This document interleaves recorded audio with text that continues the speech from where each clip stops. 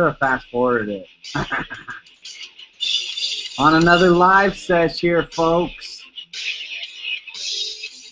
Another live one coming at you. Got Saints and Sappers in here. Got Warrior in here. Got G Mangoes. Nug should be on his way. Yo. I invited Not Perfect One and HD, so hopefully see them too. Yeah. Happy Wednesday night, everybody.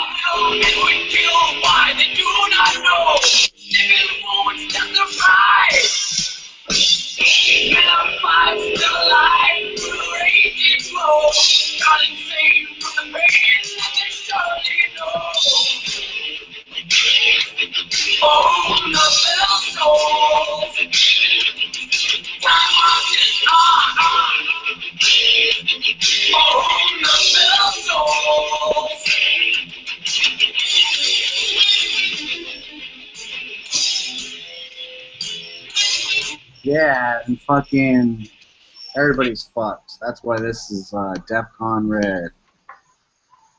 Fuckers. We're all in fucking trouble. Part 3. Part 3. How's everyone doing tonight? Good evening. Good. Where are we gonna? How are you? Welcome back, Brother Warrior. He's been gone for a while. We're all happy that he's back. What's going on, Warrior? How you feeling, buddy? I'm great. I mean, I'm looking forward to all this calamity coming our way. You know, having fun. Some Cartoon Network. Yeah, and if you gotta go way back. If you gotta been with us for a minute to remember Warrior, because he ain't been around in a while. So. Yeah, Warrior. Probably about a year and a half. Yeah, he's been going for about a couple of years now. Easy. I didn't think you were ever going to come back. I was like, damn, I knew you took a break before, but this one was longer. Yeah. The first break was only like a couple months. Gotta do what you gotta do, man. You're back, that's all that matters, so we got lots of shit to go over tonight. I'm sure a lot of people are going to want to talk about the riots and well, that Warrior, since you had been around a while, what are we going to hit first? What's on your mind? What's the first agenda? Shit, it's up to you guys. We can talk about the riots or the fire, I guess. The riots, the fires, the floods. Oh my, there's everything going on. Well, speaking of the floods, I'm going down to Louisiana. Oh, that's a great time, Warrior. Great time. Great fucking time. Should be beautiful. I'm pretty sure I'm leaving like tomorrow. I'm not 100% sure, but I'm like 95% sure.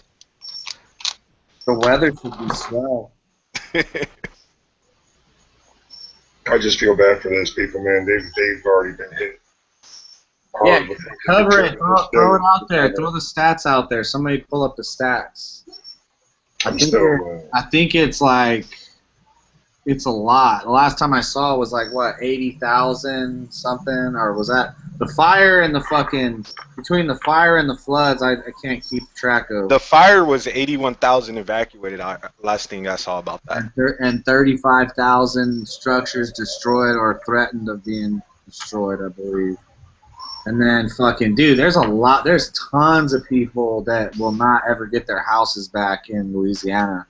They said like at least probably like 100,000 people lost their houses. I personally know one family that lost everything. They're asking for tennis shoes, clothes, anything. They lost it all. What they couldn't carry out in a bag in their arms, they lost it. I talked to a guy yesterday, said when they left there was one way in, one way out, and that was Highway 10.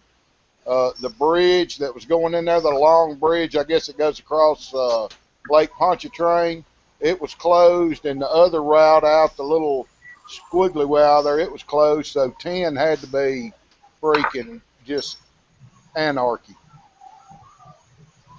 And it's a shame for the people to even think about anarchy and do what the fuckers have done in Milwaukee and with all the fucking riots and being war and all the other bullshit, you know, Ferguson. Well, that's what they were asking, you know, all these people that were, what was it, 3 weeks ago, 4 weeks ago, they were running around up and down the street talking about killing cops and bang bang, you know, and now they're like, help us, help us. What happened to the fighting spirit they had, you know? Now they're out there begging somebody, please get in a boat and come help me. Right. Freaking hypocrites, man. Got fuckers with fucking boats in front of their house. You know, fuck the cars. The cars are fucking flooding. They got boats. And, you know, who knows how long it's going to... I mean, like I said, they're still fucking doing Katrina shit, you know? I mean, they're fucking jinxed, man. My heart goes out to them. I feel bad. Second round. It's like, how much more can they fucking take? You know? Could you imagine fucking waking up to a fucking 4 or 5 foot stream to a fucking river in front of your house? I'm trying to pull up the photos right now, the video and the photos. I have nothing pulled up yet. I gotta get some shit on here. Do a quick shout out. Thanks to 13 people watching. Like and share, man. Appreciate it. Tag Daddy's in the house. Already got time out. Damn, Tag, what'd you do now? Brother Trace. What's going on, Trace? How you doing, buddy? PG, good evening, buddy. Hope all is well. Did you send a link out to HD? I can't find HD in there. I got one out, not perfect one, but I can never find HD. Let me get HD. I linked up Brother Nugs, but he may be MIA. No idea.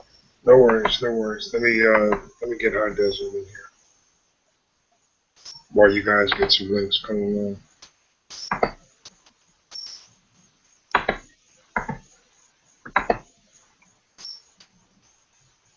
Warrior, if you got anything you want to run off to, go ahead, buddy. Don't wait for us.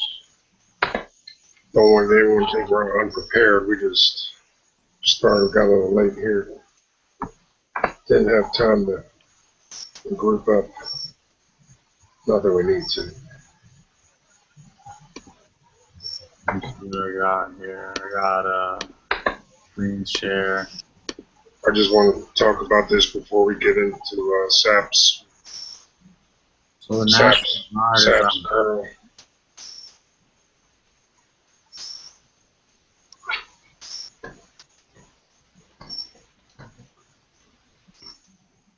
So yeah, the National. I tell you what, I know you guys looking up that Louisiana, but that fire, man, they're fucking. They said it grew up to 25,000 acres. 25,000 acres, dude. Fucker's always in flames. Yeah, these motherfuckers right here. Look at these guys got his fucking goats in the boat. Your insurance companies are going to be belly up after this one. They already said like a bunch of these places that got flooded nobody barely had flood insurance because it wasn't recommended. It wasn't like a flood zone or whatever. So a lot of these people are fucked. They don't have flood insurance. I've been to Denham Springs. I've been to Ponchatoula. I've been all down through there. That's where my ex and all her people are from, and it's. Basically, I mean, what the part of it I saw, it's swamped. It was like swampy. But, wow, I mean, after Katrina, they canceled so much insurance, you know, all down on the Gulf Coast. They wouldn't insure those people because they had so much damage. And now I guess they told a bunch of them down around New Orleans, don't rebuild here. But I guess they didn't heed the warning. No idea. I know the guy that I talked to yesterday that he was roofing houses down there, and they wanted them to wait till the next morning before they left, and they said, hell no, we're out of here, and they loaded their trucks and got out of there, and he said people were already pulling their boats up in their front yard on the trailer and tying them to the front porch where they could get out of there, so they were looking for deep water, and I guess they got it. Oh, they're going to have work in fucking Louisiana for many fucking years to come, brother. Many years to come. That's a shame. Like I said, what they've already been through with fucking Katrina and now this. I mean, it's a shame. And national news is Hillary's not sick. Oh, she's not sick. She's fine. That's all they're worrying about right now. That and you know, you're not hearing anything like earlier. I heard now that Russia's going at it with the Ukrainians in Ukraine. There's a total blackout on that. It's not a provocateuring anymore. It's actually conflict over there now. So they've got a blackout on that. And fellas, it started. And you got 80 days and change till they have to pick another one. Yeah, so you know, 82, 3, 4 days maybe, 80 and change till it goes up. And so what you're saying, October 1st, staff, it's lights out, is what you're saying. Well, it may not be lights out. It may be lit up. I'm talking about the internet. Yeah, in October, America loses control of the internet. October 1st, it goes to international control. Seems like Congress would be throwing their hands up, going, hell no, because the Chinese, Russian, Europeans, everybody gets their hands involved in the internet in regulating it and who controls it and where's it go. So your chats may go away. Anything you say may be used against you, and probably will be. Total control. You're at the store. Someone's got a feed or something.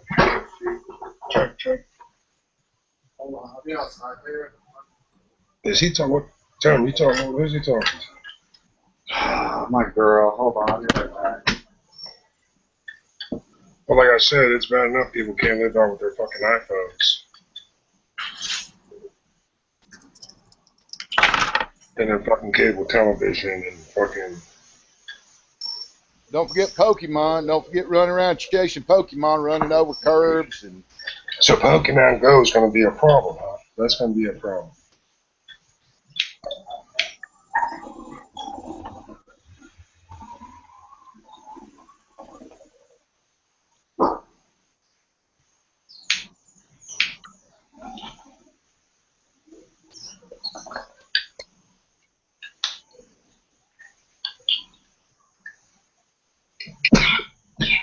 a lot going on, guys. A lot going on. I wish September was tomorrow. I really do. I'm just so tired of hearing about this bitch. Just like everyone else is tired of hearing about this stupid ass cunt. Well, not everyone. Even though I still can't believe there are people that are voting for it. And then you got Obama. What was it, last week, 7 to 10 days ago, might not have been that long, Obama comes out and says, what election fraud? What election fraud? What's about election fraud? Now, guess what? They're going to put, the government's going to have people in the polling places, so there's no election fraud. After he gets up and gives a speech about, well, the government's not involved in elections. It's up to the states and the locals, and now I guess they are concerned about it. So that's what they need, their little minions to be put in the polling places to make sure that their vote goes in their direction. After the guy from the Bowl Voting Company comes out and does a video on how he flipped the votes and made every vote go 49 to 51, you know, reversed it, showed them how easy it was. It's not looking good for the home team. No, it doesn't. And I think we knew that.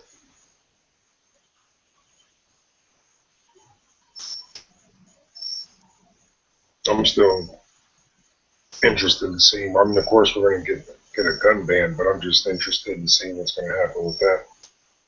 You know, she supports many different gun control. 25% tax on handguns and assault weapons ban. You know. Ammunition database. You have to go That's right. background. Have to go do a background check to buy a box of shotgun shells. Even on private transfer of the guns. Yeah, it was 20. Yeah, it was a 25% tax increase right, on. That's what she said. 25% increase. Increase the fees. You know. Have and all your guns. And a variety of regulations that are all your guns have to buy liability insurance on all your guns. So your coverage, have all your gun registered like a vehicle. So if you get caught with a gun, you got to make sure you got your insurance card, like driving a car. On and on and on, man. It's well, ever since fucking his dumb ass fucked everything up, they said it was a 73% reduction. Number of licensed firearms dealers from 248,092 went down to 67,000 in 2000. That's a 73%, they say, reduction. There's your boy right there, fucking right now, while the whole world's burning. Oh yeah, he's trying to play the par course there. Yeah, trying to shoot par. Yeah.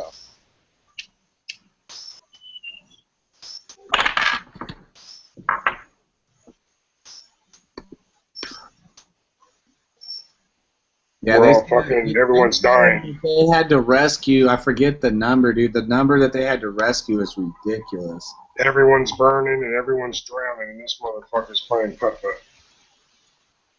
And they say they lost. I think they said they lost 11 in the flood.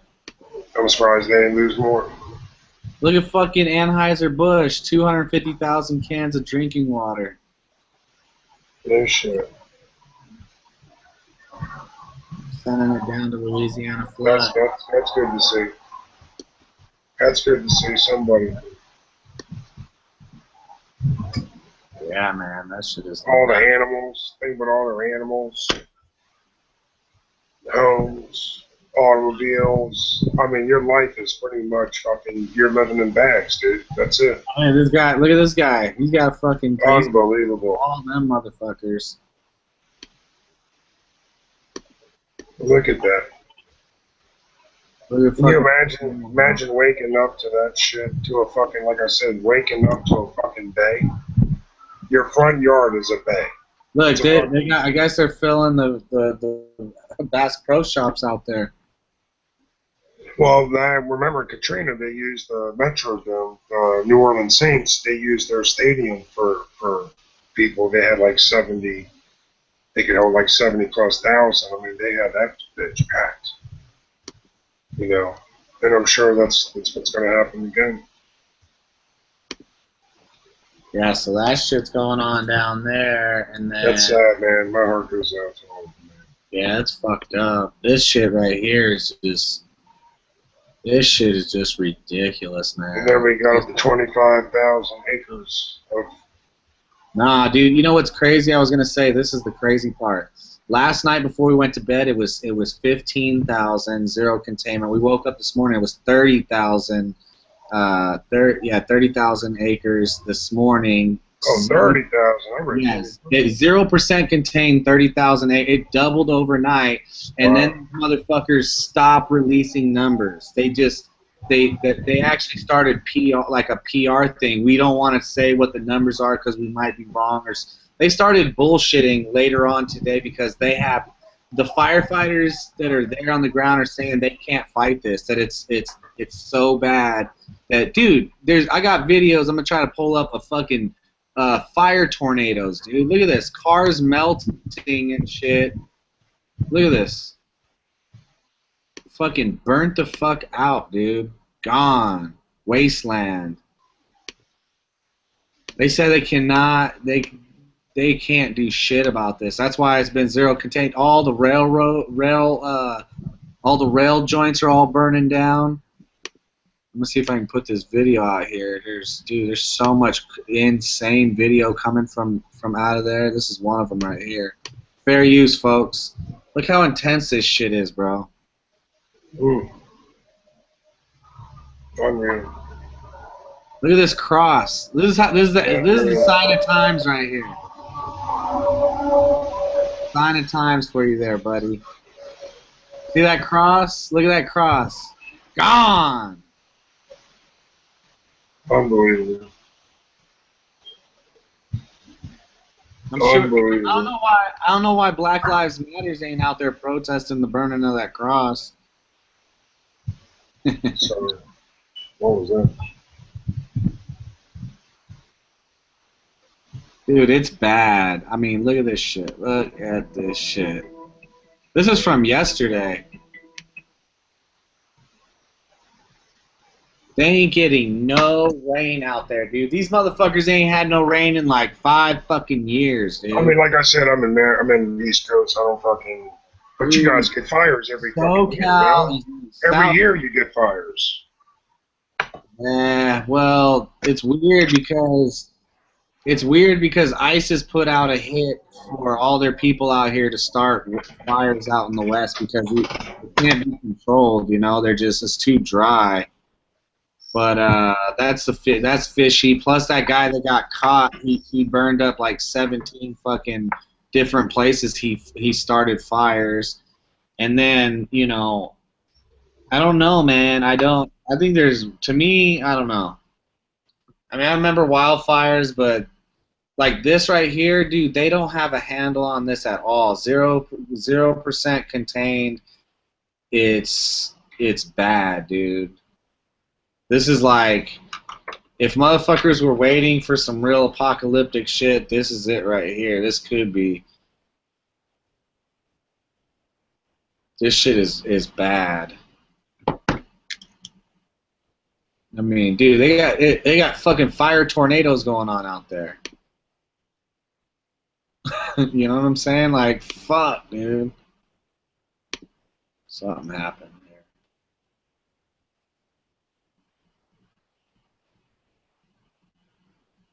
Here's a good one for you. Man, the flames are literally right next to us. Oh, God, rolling. God damn it. That's like driving through hell right there. That was like the scariest thing ever, and then nothing. Nothing. You want me to go back through? You want me to go back through? Yeah, go fucking set yourself on fire. This Not is good. weird. Not good at all.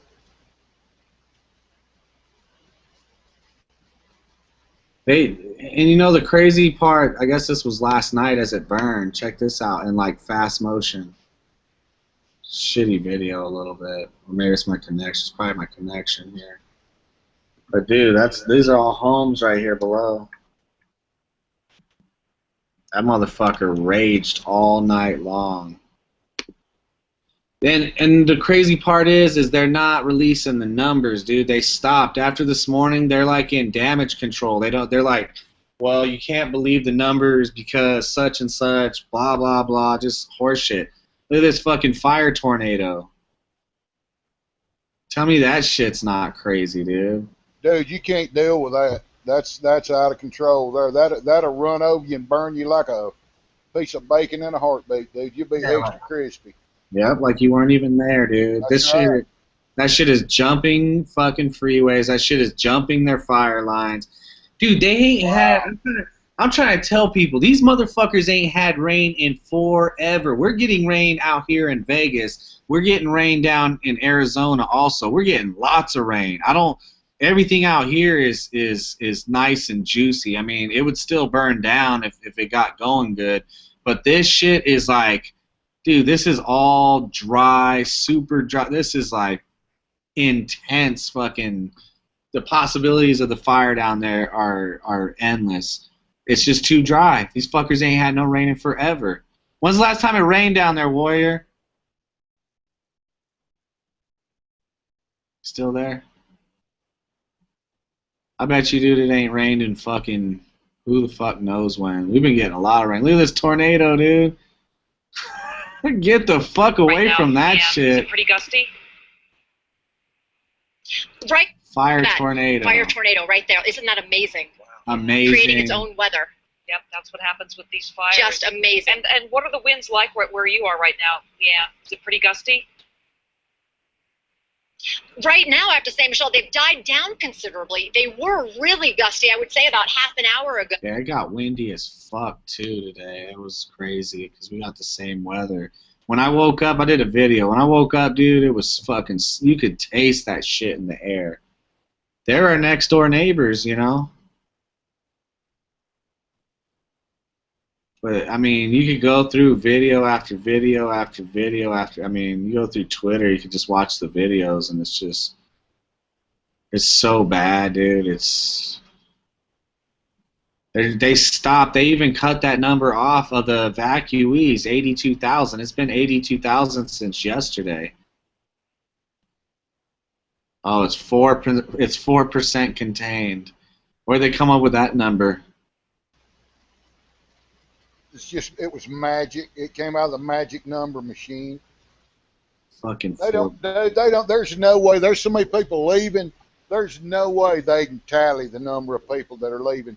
That's probably the people that just a wild guess out there. Well, there's probably 80,000 people in this community, or 125,000 people, and we got 60% of them were projected that are going to leave. So, yeah, we're going to say that's 80% evacuated, 80,000, baby. That's a good number. Put that down. You know, holy cow. Yeah, that one. I mean, the Louisiana thing is that shit's gonna settle down. I don't know when they're gonna. I mean, you got a bunch of people displaced though in Louisiana and Mississippi. Like, I gotta pull it up and I'll share it. But I think it's 100,000 people, something or more displaced. You can't move back in those houses when water's been up to the roof for 5-6 days. I mean, the house is done. Yeah. You know, the wiring soaked, the sheetrock's done, the insulation, the flooring's all bucked. I mean, it's done. The mortar, the freaking foundation is. I mean, those houses are.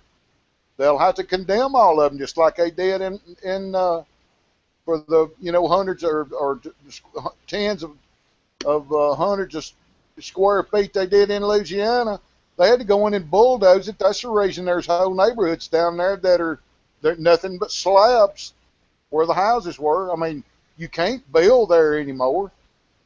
And they said that the dead people are floating out of the mausoleums again. So you got dead bodies. They bury them above ground down there because if you put them below ground, they float to the top. But now it got the heights floating the caskets out of the cemetery, man. They'll have to recover dead bodies for dude. I mean, insanity. Yeah, I can imagine fucking stupid shit too. Gas prices, all that kind of stuff. They're already trying to jack them up. They'll probably try to jack them up out here too, just because that's where a lot of our shit comes from is Cali. They got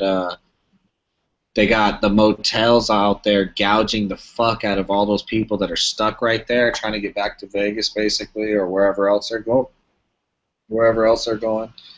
And they're gouging the fuck out of them. You could see the prices went from like a $50, $60 motel to a fucking $300 a night motel. They made that a crime in Alabama. Well, you had like the Attorney General or something in California coming out, let us know if you see anybody doing that or whatever. And it's like, what do you mean? Everybody's already showing you. Look at the fucking websites. The prices are all fucking hiked on a shithole. They did that. They did that and prosecuted a bunch of people here when they jacked gas prices up. Because you remember when Katrina hit years ago, they sucked all the gas up. Nobody could get any gas. Not even the I don't even think FEMA or the EMA, what was it, 5 days before they could get water to the Superdome down in New Orleans. And when they started gouging prices up on all the evacuation routes, they prosecuted a bunch of people. I mean, they were jumping gas like $1 a gallon, and that's when they passed all those gouging laws, and they prosecuted some people. That shit's not right, dude. You're causing hardship on people that's already lost everything they've got.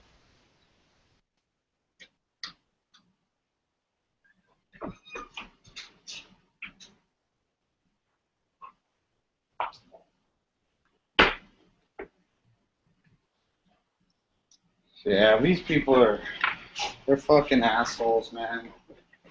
They'll do whatever they gotta do to make a buck. It's how it's always been, though. It's not like anything's fucking changed, you know? I'm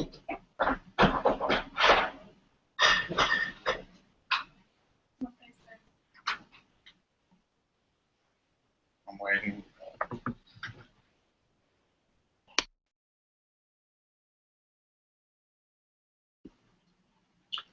Everybody quiet in here, huh? Dead air, dead air.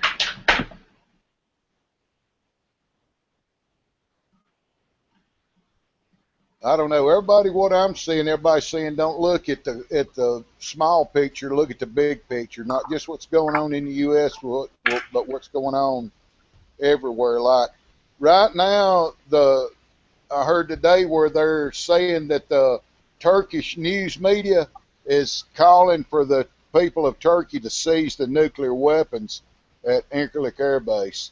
So, yay for them. And you know, Erdogan is meeting with Putin now. He didn't want to talk to the Americans. He wants to deal with Putin after he came out and apologized for shooting down that what was it, Su-22 bomber.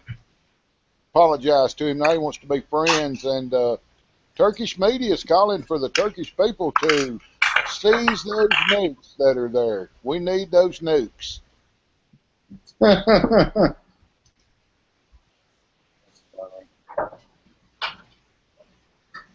All these people are real funny. They're just fucking. To me, I don't see how there could be enough money to make me want to sell out like the future and the safety of my country. Yeah, I think they said there's somewhere between 400 and 500 Marines on that base and 1,300 airmen, and that's about it. You know, I'm sure that's includes support people and everybody else. And Turkey's got like the fifth largest, sixth largest army in the world. So I'm sure they've got enough troops to overrun that base and take everything they want. I don't know. Erdogan's still wanting that cleric sent back over there. You know, the one he said that instigated the coup. But it's not, I mean, things are happening in the U.S., but what I understand, people are saying, look all over the world. Look at the big picture, not just, you know, you're not hearing anything about what's going on in Germany now. You're not hearing anything about what's going on in France, except they're begging people to join the reserves to help them do whatever they're doing over, I guess, to try to stop the migrant hordes from finishing off the country. And the French president's coming out and telling the people of France to accept immigrants in your home, open your doors, let them come in. Yeah. That's news blackout on that. They've got their own problems, and now they're and Soros dumping money everywhere into immigration, trying to get more and more and more into the U.S. You know, all the money he's dumping into Black Lives Matter, buying everybody a Slurpee or whatever to stand around and protest. Sorry about that. Got a storm coming up here, boy. Lightning like a motherfucker. You got your boat tied to the front porch, G? Yeah, I got my little canoe, my little kayak right on the porch. Shit's coming this way, boy. It is lightning. The thunders. You'll hear the wind. So what's going on? What are we on? I'll tell you what I got here. I got me a fucking Miller Lite for this. A Miller Lite. I'm sorry, Miller High Life. A dirty house, and a gun I gotta clean here. So. Where's Warrior at? He's still chilling? Is he bailed out? He disappeared. Did he? I haven't heard him all night. He's off mute. We might have been a little Trump strong on him there after he. Uh-oh. Well, thank you, 26 people watching. Yeah, it's a big crowds lately. Trying to keep it consistent. Trying to keep it going. Shout out to everybody. We just lost Warrior. I'm sure. He'll be back. He knows how to get back. Oh. There you go. I think he didn't have any audio. Can you guys hear me now? There we go. Yeah. There we go. Okay. I was talking the whole fucking time. I said, dude, where the fuck is Warrior at, man? What's going on, man? You've been quiet all night. Oh, no, it's all good. Shit, I'm just waiting for a chance to get in, chime in. You're in, baby. Go ahead. You got the Yeah, I was asking, when's the last time it fucking rained down there? We got a light drizzle probably back in April, but the last time we had real fucking rain was probably February, and that was maybe for like a day. We don't get a lot of rain. I try to go hunting out here, but it's so dry. All the rabbits don't have a place, nothing to eat and stuff like that. Because I go hunting up in Maricopa County, so that's almost like the center of California. So from the center of California all the way down here, it's fucking dry as a fucking rock. Yeah, that's what 10 round was saying. Yeah, I used to go out there and there was huge bushes, those big ass thorn bushes we had that'd be fucking bigger than me and shit. And now nothing grows bigger than like a basketball in the fucking wild because everything's so dry. It's not enough water. And the funny part is we've been getting a ton of fucking rain out here in Nevada and in Arizona. We've been getting a ton of rain, dude. We can't get enough rain. Well, that's how it's supposed to be. The climate of the Earth changes naturally. Everybody talks about how global warming and all that bullshit is. Whether that's true or not, but the Earth's climate changes naturally over time. So maybe Nevada won't be a desert anymore. Maybe you guys would be the new oasis. Dude, if you go out to where I go out, man, it's so green. It's like a fucking forest. I mean, give us a year without rain or a long ass summer without rain, without no rain for a minute, and it'll all burn down again. But right now, dude, we're getting a ton of rain. It's like it don't make it over the hill to you guys because we mostly get it from Arizona. We pretty much get all of ours from Arizona. They're getting a monsoon all the time, dude. Yeah, out here it's pretty bad because we even have we used to have drought ordinances. We couldn't water our grass, we couldn't water our bushes, hedges, whatever. So it's even around people's houses, everything's gold. They talk about let it grow gold. So everything can burn down right now. What's up, HRM, Brother Stan? What's up, PG, B-Borg? What's going on? Solar Savage, Peanut, what's up, brother?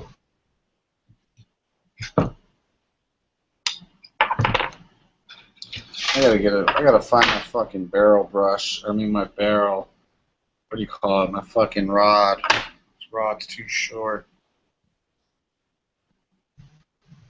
Hey Tony, when was the last time you guys did a gun check? Fucking, I don't remember ever. What you rocking? A couple of weeks ago we did. We did a gear check. We did a gear check, yeah. But did I break up, Warrior, when I was going to shut up? Huh? Did I break up because the rain is, oh shit. Oh shit. I can hear the thunder in the back, but I can still hear you too. Yeah, I might have to fucking change up here. You have to change locations. I'm out there. Yeah, I gotta change it. Fuck. I can't go in the house. I wouldn't last long in the house, man. I'll be cut off. Cut the fuck off. Just call me fucking like a megaphone. I don't know how to stay quiet. I can't keep quiet. So you still rocking the Glocks, Warrior? Of course. Good man. Glock 22, right? 23. 23, I mean. Yep, I don't change, buddy. I keep it Glock and I stay Glock. I stay Glock though. Yeah, I will. I've made a decision that I'm never gonna run a pistol with a safety. You're gonna never run a pistol with what? With a safety on it. Oh no. No, I mean it's not for everyone. What's up, brother? Going good to see you. Old Marine One's in the house. High desert, dude. It's hard to fucking send you a link, buddy. Ask him if he wants one. I'll shoot him one on Twitter. Yeah, shoot him one on Twitter. Yeah, I want to hear some more about bugging in, bugging out. Tony, are you bugging in or are you bugging out now? I'm bugging out. 10-4. I told him, what did I say to him? I said, damn, at least give me a shout out. He did. He did. He just didn't mention your name. It was funny. I was like, I'll just give him a hard time, though. Hey, man, I don't know, dude. I think I scored, man. I'm hoping I scored here. I'll find out when I know you did. You Have you swapped fired the guy. yet? You swapped the guy a $70 compass for a $400 rifle. I mean, he traded his. You traded him some magic beans for a cow. Yeah, I think somebody gave him this, because, you know what I mean? Otherwise, he would have been more attached to it, but he wasn't attached to it at all, so.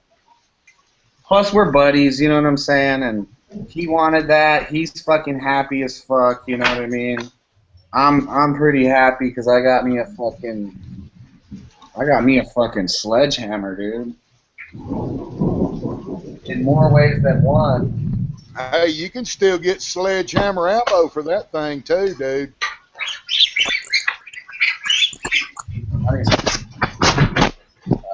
Hey, Tony, what caliber is that? 30-06. Okay. I gotta get some ammo. He's gonna bring me some ammo. My pops has some ammo for him. So I should be good, man. I get some shit going and get a scope mounted on there. Just get a little cheap Bushnell. Bushnell makes some good hunting scopes. Yeah. Yeah. Bushnell, Loopold. Oh, fuck that. I ain't buying no loop. I ain't putting no loophole on that. That's like $100 gun right now. Or like a $70 gun, whatever. Yeah, but see, that's the whole beauty of it. You go cheap on the gun, and you go expensive on the glass, and you can make anything long range almost. That's what the Germans do, dude. They'll put a $1,500 scope on a $500 rifle. Yeah, I mean, a lot of fucking long range kills have been with Mosin Nagats back in the fucking old days, and that's a fucking dirt ass weapon. What do you think about the They distance? put good glass. No. What do you think about the distance on this one? I think that rifle can shoot longer and accurately longer than you can shoot. That's why we need glass. I gotta get the tape measure out, but this ain't that long of a barrel. Probably a 20-inch barrel. I think that's what most of them are, unless it's been sporterized. Oh no. Let me see. I'll put it up next to my shit. Oh no, that's long. Yeah. 20-inch, I think. Put some sling mounts in this motherfucker. Scope mount. Put a cheap scope on it until I could get maybe something better. And dude, I love 30-06. I had a beautiful Savage, man. And that motherfucker was badass. I got a Remington 30-06. Oh, 6 is a good round. It just punishes your ass out of a bolt action. Yep. Can you imagine those World War II veterans shooting those freaking M1 Grands, 10 pounds of rifle, boom, boom, boom, that thing rocking you with that steel butt plate on it. But man, you could beat a freaking barn door down with it. I mean, it was, holy cow, take 2 of them and drive a Jeep over a ditch, They were terrible, but crap, man. I mean, I shot one and I'm like, here, take this. This is hurting. Yeah, that shit that shit put a fucking hole in my fucking shoulder, man. I got video. They'll beat you to death shooting them. I'm gonna have to get a squishier pad than this hard rubber one. I'm telling you, that's what I said in my fucking video, dude. I said, fuck, dude. I was like, I'm a pussy. These motherfuckers were shooting this shit these motherfuckers were shooting this shit all the time back in the day. Yeah. Do a little screen share real quick. All right, people. Savage, model 110 and 30-06. I bought this on purpose. I didn't get this to the settle. I bought this on purpose. All right. One heavy motherfucker, too.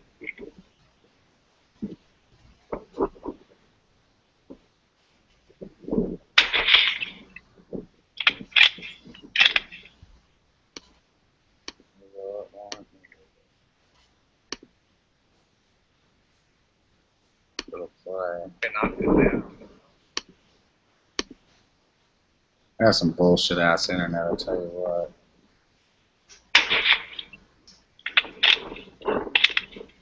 Hey, this motherfucking All right, I'm out rifle here was with Tactical badass. Tony, shooting his new 30-06. Was that a Savage 110? Yeah. Nice. This is, I'm pretty sure, over 150 yards. He hasn't had a chance to sight his rifle in, so I'm pretty impressed with this. This is a tiny skateboard. Like I was saying, it was about 150 plus yards out there. Smacked it right through the trucks. Put a nice little hole out the back. Pretty good. Gosh, man. Hillbilly compensation right there. I like it. Pretty awesome. Nice Savage. Got a good deal. What'd you say, 200 bucks? Real nice. Real nice. I lost that gun, dude. I missed that motherfucker. Hey, that shit hurt, though, man. That shit fucking hurt.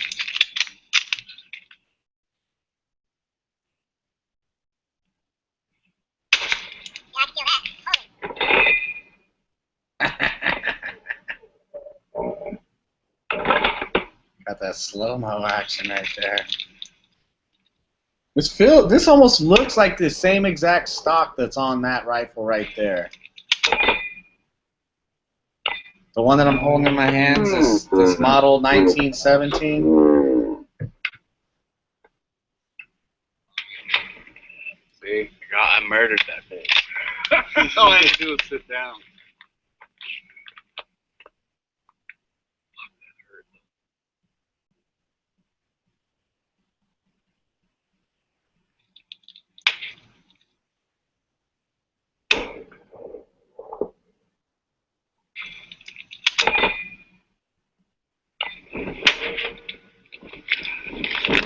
What up? I'm gonna cry. Oh, Jesus, I'm a fucking pussy on camera. Motherfucker hurt. Oh, dude, I think I broke my fucking collarbone. I can't shoot this shit. Oh, motherfucker. Come on. That's after Quit hurting already. That's after shooting that shit like fucking a lot. Oh, did I drop it?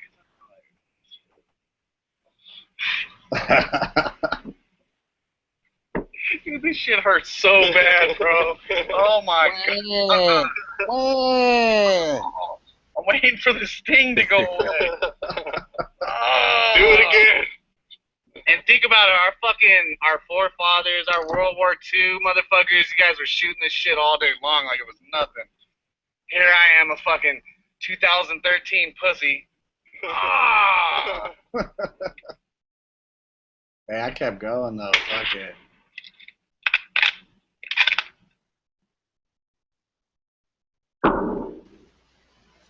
That rifle was badass, dude. I missed that motherfucker.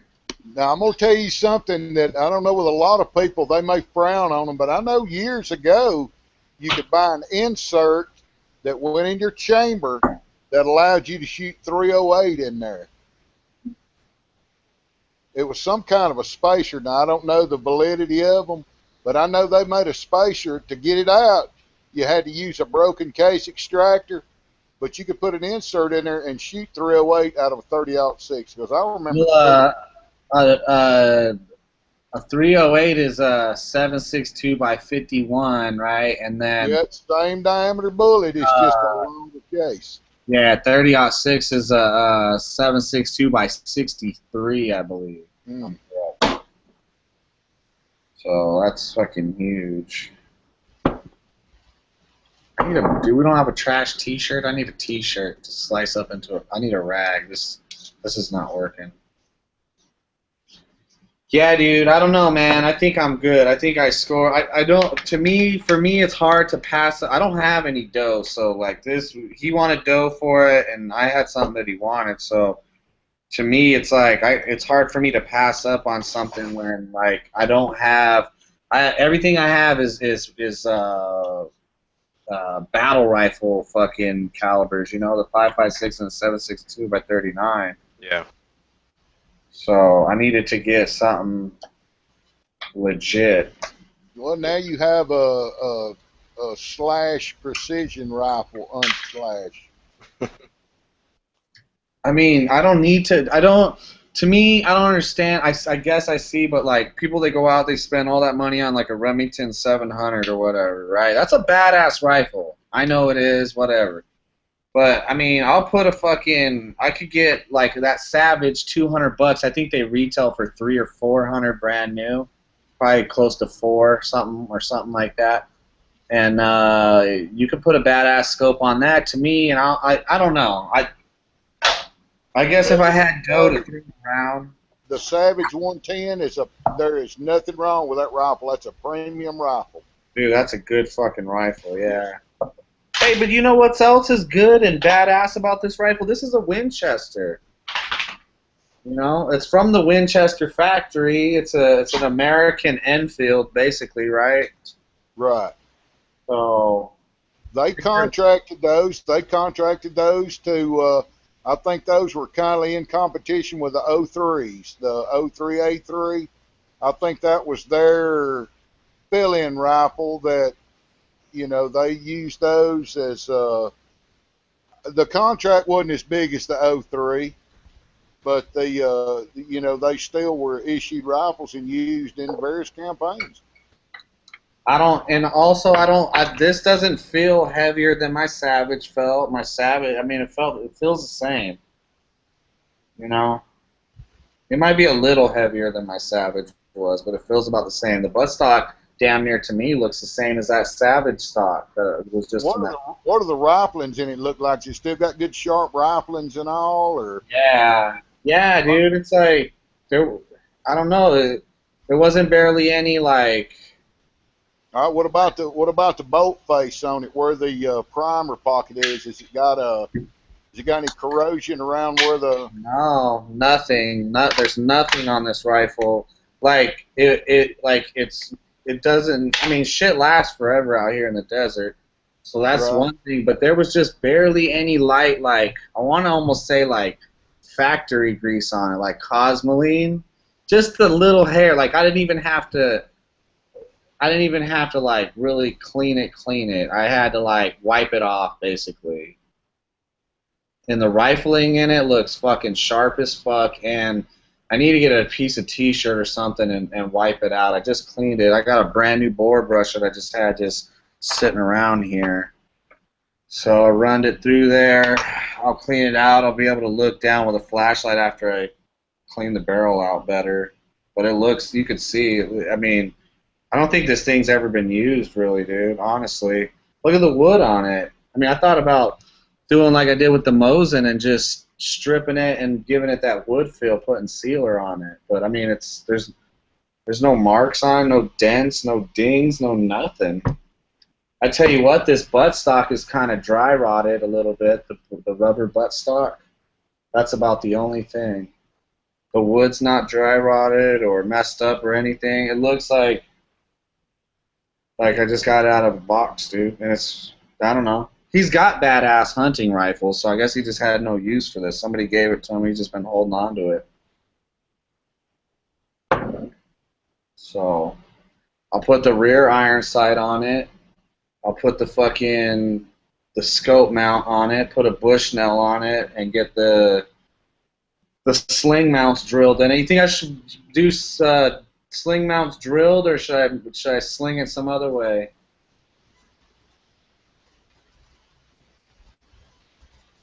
I guess it's personal preference. I wouldn't do any more to it than I had to. Well, I want to put a sling on it, definitely. I mean, once you start altering it, you know, you may kill some of the actual value on it if it's got any. It's weird, though, because it don't got no sling mount even, like, in the back. I was thinking maybe it has a sling mount in the back, and then up front they got the ones, like, with the leather piece that goes around. Right. And then the sling hooks to it, but I don't know. All the pictures I've seen, they all got sling mounts on them. So I might have to jerry rig something up or something. I don't know. I'm down, man. I like history. And this is a pretty simple, like the bolt The bolt, I just had to watch a video, honestly, on it, because I was fucking with it. I had it almost all the way apart, and I was like, what the fuck? So I just put on a video, because I couldn't get, you had to use a penny or something, like a little small piece of metal to take it apart. Yeah, I think those came with the, I don't know what they call them, vernier sights on them, where they're, you raise them up like a regular Lee Enfield or SKS, where the sight actually raises up for elevation. But I'm not sure about the. I've heard of those though. I think, like I said, I think that was one of them that it was in running for the spot in the military about the same time as the O3. I know the 1903, man, they're bringing a premium now. They're $800 to $1,000. I see one with a scope mounted on it. I don't see any with any. I'm trying to see if I found one with a sling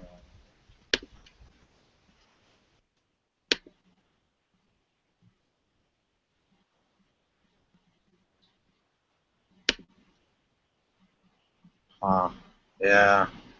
Looks like they all got like sling mounts drilled in the bottom of them, the ones that got slings on them.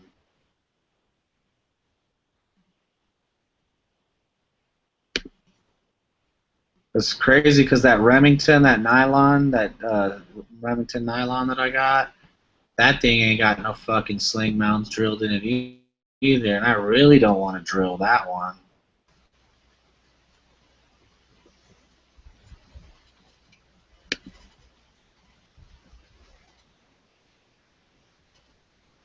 No, Yeah, I wouldn't drill it. I would try to stay away from drilling as much as I can. Because once there's a hole in it, it's a hole in it. Can't go back. yeah, your nylon 66, those are, people are rat holing those too. I don't think I'd alter it any. It looks like I'm missing the rear sight, basically. Look, just tie some 550 cord to the front and the back of it, and there goes your sling. There you go.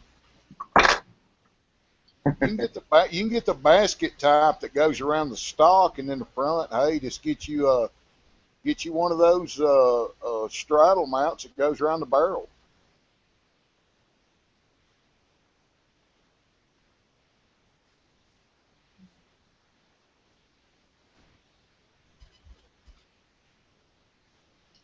I don't know. I think it just looks fucking tacky when you gotta do all that shit. Well, what it comes down to is what you're going to use it for. What's your main purpose with that rifle?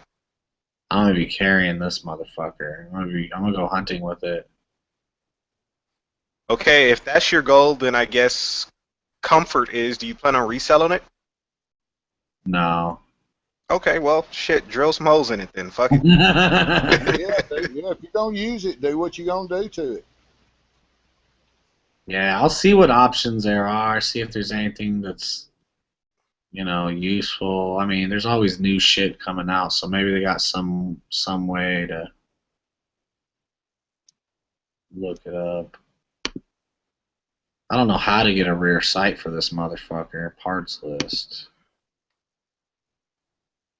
1917 accessories.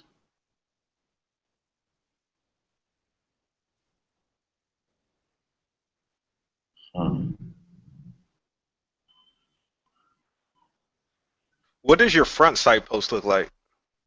Like a fucking shotgun. A bead? Yeah. Like a raised bead on a like cheap piece of plastic looking shit. So what you do is you go to Home Depot and you get you one of those eye hooks that screw into wood, and you just screw that motherfucker into the back. And then if you want to raise the elevation, you just unscrew it a little bit, and then you screw it down. You just can't go for your windage. That's all. I got a gunsmith. I'll see what he's talking about. He'll order it, he'll give me the number and I'll order it. I see rear sight assembly $26, but I don't see how it mounts. I don't understand how it mounts on the. I'll have to look it up by serial number, I'm thinking, huh? Oh, yeah, fuck. I forgot I'm on camera. Damn, man, where the fuck's everybody at? Fucking no nugs, no G money. Well, G was having weather problems. What the fuck was that? 3006. 30-06. That shit is fucking. It's a big fucking bullet, dude. I like it though. I miss my Mosin too. I keep trying to buy a Mosin, but all the Mosins out here are like fucking 350, 400 bucks. It's like I remember when Mosins were $99 at Big Five. Yeah, no more, dude. People are fucking charging out the ass for those things now. Well, I agree with what Tracy said in the external. That's not a closed combat weapon. Put you some glass on there where you can get on out there with it. Yeah, I gotta put the rear iron sight on it right now though, cause I ain't gonna fucking. I'll see what I'm looking at it like a Bushnell scope. I'm trying to do too many, I got too many things going on at once. This is kind of something that just fell in my lap, so I could put the iron sights on it and it would be useful at least until I finish up what the other shit I'm trying to do right now. Are you rocking any glass on your AR right now? Nah, man, I had to sell my aim point. My shit fell apart, dude. I had all those tickets, I had all those fines. Okay. Yeah, dude, my shit fell apart. I had to sell a bunch of it. Sold almost all my mags. I'm just now getting a couple more mags to be where I got a good amount to go. But I sold a ton of mags. Sold a ton of shit, man. You still got the AK, right? Yeah. Okay. Still in the game, man. Just barely. Hey, that's all that matters. You just got to be in the game. Hey, Yeah. I'm gonna rub it in a little bit. I picked me up a 3x magnifier for my red dot, dude. Freaking night and day. Yeah. Got the twist lock mount on it. Oh, buddy, yes sir. It brought the little red dot to life. So that was that Vortex, right? Was that what it was? No, I did some trading. I got me a real McCoy. Somebody was telling me they were getting a fucking Vortex. Vortex they make good magnifiers, man. For a red dot, I mean, my eyes have faded a little bit from working in dungeons all my life, but man, the magnifier, holy cow, pop that on there, dude. I mean I can see. Yeah, glass makes a difference of night and day. And if you go magnifying glass, it's like, I don't know, it's kind of like, if you ever use night vision at night, it's kind of like that moment once you get magnified on any type of optic. It's just like, oh, what have I been doing this whole fucking time? That sounded like a Miller High Life went in the floor.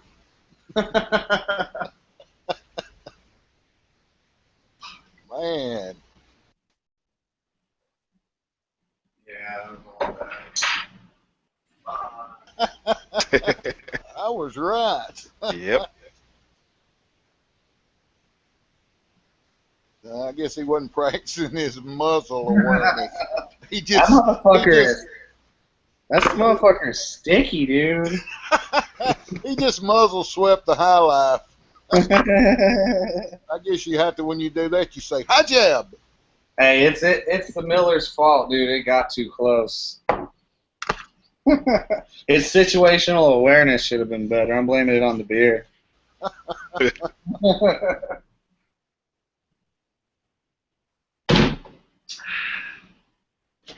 Dog likes beer too, so that's alright. All right, Remy. Come here. Get you some beer.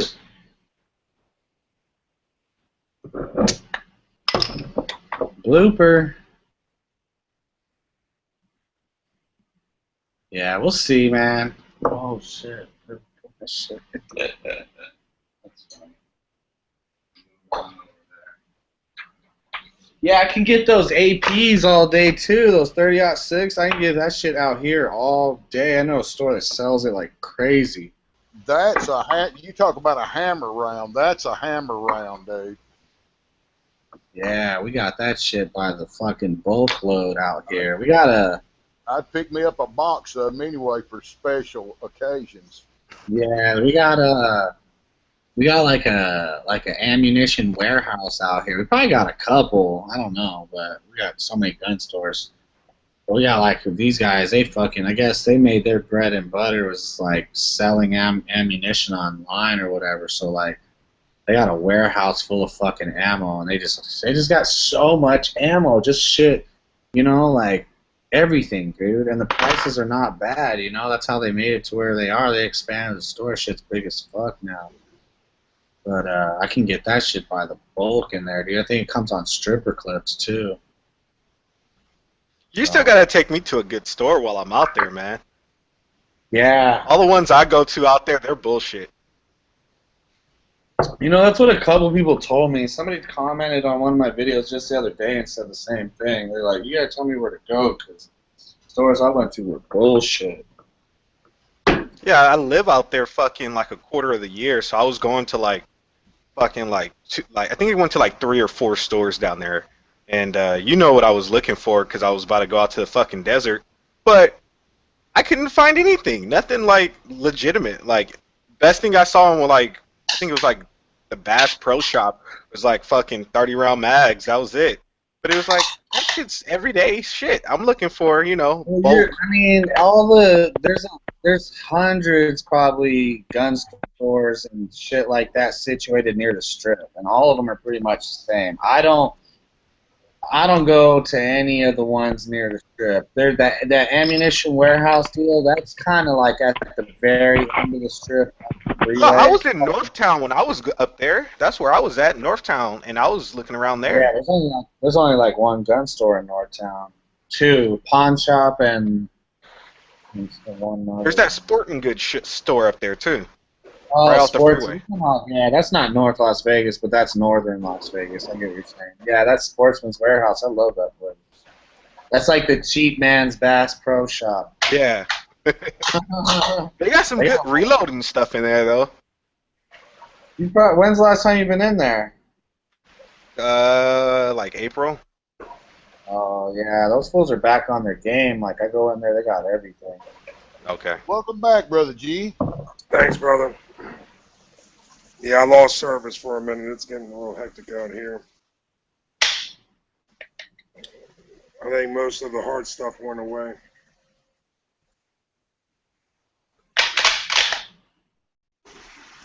Right on. I've been fucking around, man.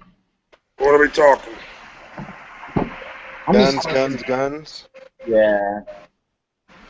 I was just tightening up the screws on this bitch because that was about the only thing that was really wrong with it. It needed to be cleaned up. I cleaned it up, and it needed to be tightened up. This motherfucker was all loose, so that's why I was shaking it. See, I think I hear the firing pin maybe a little bit. Well, a lot of those guns back in those days were made loose to a certain tolerance, you know? Yeah, no, I meant the fucking, they didn't even have the barrel screws fucking down tight. So this bitch was like wobbling. I was like trying to tighten it up, and dude, it's fucking, I don't know. Check it out, DJ. Tell me what you think. Touch it sexually. I gotta get a rear sight for it, but how's it fit? It feels clean, huh? Looks clean.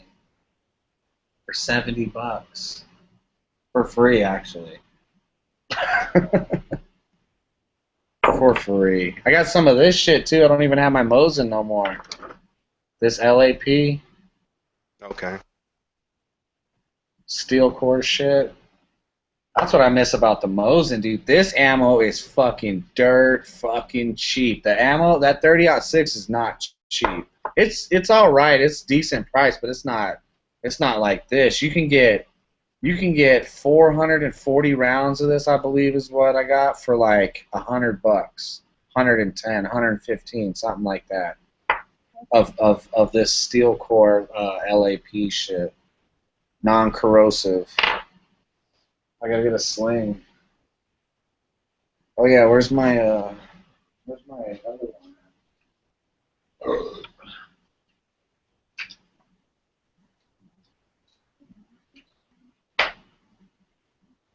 because I'm trying to make sure these guys don't leave no dead air here. Hey, Tony, do you ever open carry out there? Because when I was open carrying out there, I kind of had a run-in with the fucking PD. Really? Yeah, up in like not Northtown, but close to Northtown. They're racist. That's why I probably. Probably.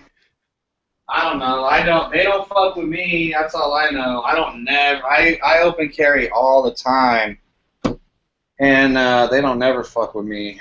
I don't even get looks. Like, I think a couple times I might have got some looks, but I don't know. I see so many people out here open carrying. I see fools like fucking straight sagging, fucking holster hanging off and shit, like fucking just shit bags. Shit, yeah. I see everybody open carrying. It's crazy. I open carry out there, and like it's cool with like the regular people, everyday people. They're hi, all that kind of stuff. People who open carry are like the nicest people ever. So it's like when I bump into another person open carrying, it's like, oh, it's great. We chit chat, talk, shoot the shit and all that. But then like the fucking like, I think it was like, I want to say it was Metro PD, and oh god, they wanted to make a whole big old to do about it. Yeah, they don't. I don't know. They don't fuck with me. I don't want to jinx myself, but after Bundy Ranch, I was getting fucked with, but not because of that. But, well, I mean, remember when we were fucking? Ever since I went to jail, and remember when I came down there and I was with you? I can hear you. Can you hear me? Yeah, I can hear you. When I came down there and we met up that night, remember that fucking big black SUV was trailing us for a little while. Remember that? Well, I know one thing. Ever since I went to jail and I got done with my court shit and everything, I haven't been fucked with at all. It's weird. For real, dude. I haven't been fucked with like at all. Like, I mean, I get the normal like pulled over because I speed all over the place driving for work, but I don't know. I don't get harassed. I don't get fucked with. Everybody's mad nice to me. Fucking, I don't know, dude. I ain't had no problems with the law ever since I paid my shit. I mean, I still owe these motherfuckers some more money is the crazy part about it. But, yeah, no, like, getting followed that I noticed. No, none of that. Okay. It's weird. It's like they got a charge on me, so they're just cool, I guess. I don't know. Or maybe you're just not paranoid anymore, right? Well, my shit did go through, too. It was on a hold. Okay.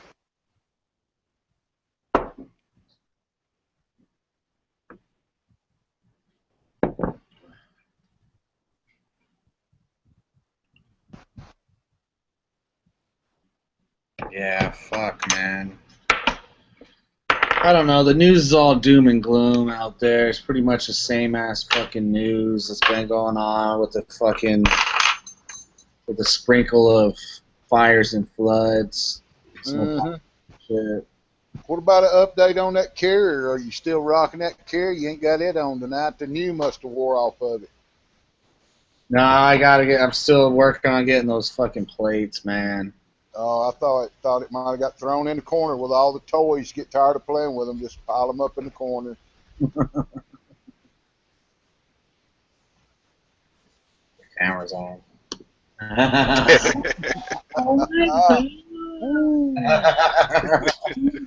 Jab.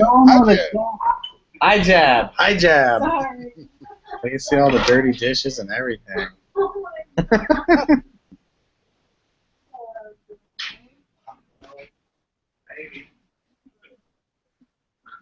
Oh, that's crazy, huh? Look at all that shit, man. I need one more. One more to complete the train. Need a shotgun. I want to. Hey, what was the link you dropped today about the transsexual women farmers or whatever it was? Oh, the feds are holding a summit for lesbian farmers. I mean, there's no such thing as a lesbian farmer, but they want to make such thing as a lesbian farmer. Hose with hose. I hear you. Yeah, they wanna replace. They straight up say that there's too many rich white people farming, which is bullshit. If you know any farmers, real farmers, not no fucking corporate fuckers, you know them fools ain't rich. Well, don't say anything about farming or gardening. You'll get Tack Daddy all upset. Yeah. Don't grapple. The only thing I can say about that is don't grapple about the farmers with your mouth full. I mean, that's, you know. Yeah, you think that the corporate shit is disgusting, though, you know, the corporate farming, the fucking big businesses that are doing, you know, growing food on mass scale and fucking growing livestock on mass scale, all that shit is straight poison. So, I mean, it sounds to me like they want to drive the rest of whatever regular mom and pop farmers are left out there, because, I mean, they're not going to they're not going to replace corporations with lesbian fucking farmers. You know, and that's real too. You know, that's like all over the news today. That shit, like, I heard it in places I was surprised to hear it, and it's like, you know, people don't give a fuck. People don't care. People don't give a fuck what the feds are wasting our money on, what they're wasting our tax dollars on. You know, fucking places on fire, places flooding, and them motherfuckers are throwing money down the toilet to fucking implement whatever agenda it is what they want with replacing fucking white Christian farmers, basically what's left of them. Mm-hmm. I mean, out here the BLM uses fucking excuses to get farmers off their land, and I guess that'll take care of everybody else everywhere else. Well, it's aimed toward communism, you know, the state-run farm, you know, where they control everything. That goes all the way back to them. You know, banning selling whole milk and, you know, trying to make people stop having farmers markets and, you know, regulating people out of it and banning guerrilla gardening, you know. Oh, you can't have a garden here. No. You know, you can't have chickens in your backyard. Oh, we can't have that here. You're liable to, you know, yada, yada, yada, on and on and on. Everything has to be dependent on the nanny state. No, you have to come to us for your food, for your medicine, for your water, for your education. Yeah. It's funny because they pass, like, livestock ordinances out here in town. Well, see, where I am, even though I'm in the city, I can fucking have a horse in my fucking yard. Yeah, but the way they got away with it is like noise ordinances. So like you can't have chickens, you can't have this, you can't have that. Where I live, I guarantee you, like, I would say 10% of everybody out here has chickens. Yeah, they even tried some shit up on Mount Charleston, which is like that's like rural people just living up there by themselves until like probably like the last decade or so. They started building, you know, houses up there here and there, but it's pretty pricey still to live up there. Country as fuck. You're up in the mountains, way the fuck away from, not way away from Vegas, but you're at least like 30 minutes from Vegas, 20 minutes from Vegas, some shit like that. Up in the mountains. I say 30 minutes. And the people that moved in were trying to get ordinances passed to get people to get rid of their livestock up on that mountain. I went to a guy's little old bitty shop today, not far from here. I mean, it's probably a mile out of town since the last time I've been over, which has probably been, I don't know, 5 or 6 months. That rascal's got 9 goats and 3 cows. And, man, he's got a killer-looking setup out there now. He's going to eat. I mean, they said he's got 3 or 4 goats that gets out, but they don't go anywhere. They'll walk around the yard and eat and then go figure out how to get back in. But, hell, he's done good in the last year, you know, just 9 goats and 3 cows. He's going to eat. Yeah, I mean, I think we were talking about that last week. You don't have to have that much. I was thinking you had to have, like, a lot more land than, you know, that. I mean, I thought you needed a lot more land to supply you and your family, but You Well, probably I don't know out there. You know, I guess it depends on what kind of terrain you got out there. Around here, an acre to an acre and a half will feed a cow. You know, they say a really good's 2 acres for a cow, but you know that means that it'll sustain it. You know, during the summertime, you don't have to put nothing. You don't have to put anything out there but water. Welcome, Quasar Nugs. What about a goat? What's a goat need? How much? Man, goats are they're low maintenance. I mean, they eat. The only thing about a goat's kind of like a horse, man. He'll eat the roots and everything up from your grass. So you gotta move them around. Yeah, but if you wanted to clear like a field, right? Like, oh, dude, they'll do it. They'll mow it down and they'll keep it level too. You know. Yeah, that's how they used to keep all the wildfires from sparking up. As they would, there was a lot of farmers that had permits to graze goats up here on the mountain, and then they revoked all those permits, and a couple years later, the fucking Mount Charleston burned down. Well, a lot of people that's got these big, massive junkyards, they'll turn goats loose in the junkyard because they'll eat all the brush and the weeds and stuff from around the cars, and they'll kill snakes. You know, a goat will take those little pointed hooves and they can kill a snake. They'll stomp it to death. Really? Yes, sir. That's funny. Yeah. Damn, dude. See, I need the fucking chickens and the goat. Keep all the little pests away. Hey, if that guy had offered me a goat today, I'd have told him to put it in the truck. I'd have brought it home. I ain't kidding. I'm gonna get me one. Soon as his nannies start dropping goats, I'm gonna get me a couple. Turn them loose out here. Fuck yeah! I think that shit. Yeah. That shit is badass. I'm looking forward to taking like these first steps and shit, getting there. I'm excited about it. Well, don't get away from your family now. You gotta stay around family right now. Yeah, I mean, my family is small. My family is like fucking. I'm just poking fun at HDP. My family's small. Mine's like shit. Only still like 7 people really that I really give a fuck about. You know, it's not very many people. And I figure the way I got everybody outside of my household has their own plan anyways how they're gonna roll. You know what I'm saying? I can't be with anybody that's got opposite plans of what I got, because I'm so convinced, dude. I'm 1,000,000% convinced, and you can't tell me no different. You know what I mean? Yeah. I mean, I'm stubborn as fuck, I guess, too, maybe, but that's just the way I am. I'm convinced. I know it. I feel like that's what I'm supposed to be doing without getting all biblical on motherfuckers in here. Mic check. Yo, we can hear you now. We can hear you. My bad. I didn't even know you guys couldn't hear me. I was all talking and shit. First off, we were in 5 minutes. What's up? How you guys doing? Evening, gentlemen. Good evening. Yo. Right on, right on. I don't know if you remember Warrior from way back in the day, Nugs. Maybe, probably not. Maybe, I don't know. Early Dragon. So that's Nugs, that's Warrior. Evening, man. Nice to meet you.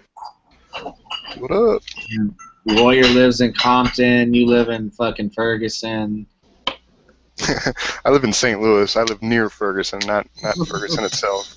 Did you get out of Compton, Warrior, or what? Say again? Weren't you in Compton before? I'm still in Compton. You're still in Compton? I'm in Compton at this very second. There you go. LBC! That's funny. I remember I went to a beach, Long Beach, some beach in Long Beach. And it was the dirtiest fucking place I had ever been to in my life. I mean, I couldn't believe how dirty it was. No, you want a dirty beach, you gotta go to Santa Monica. I love Santa Monica. Santa Monica's clean, dude. Have you seen those restaurants right there? I don't go in them. Yeah, you better not.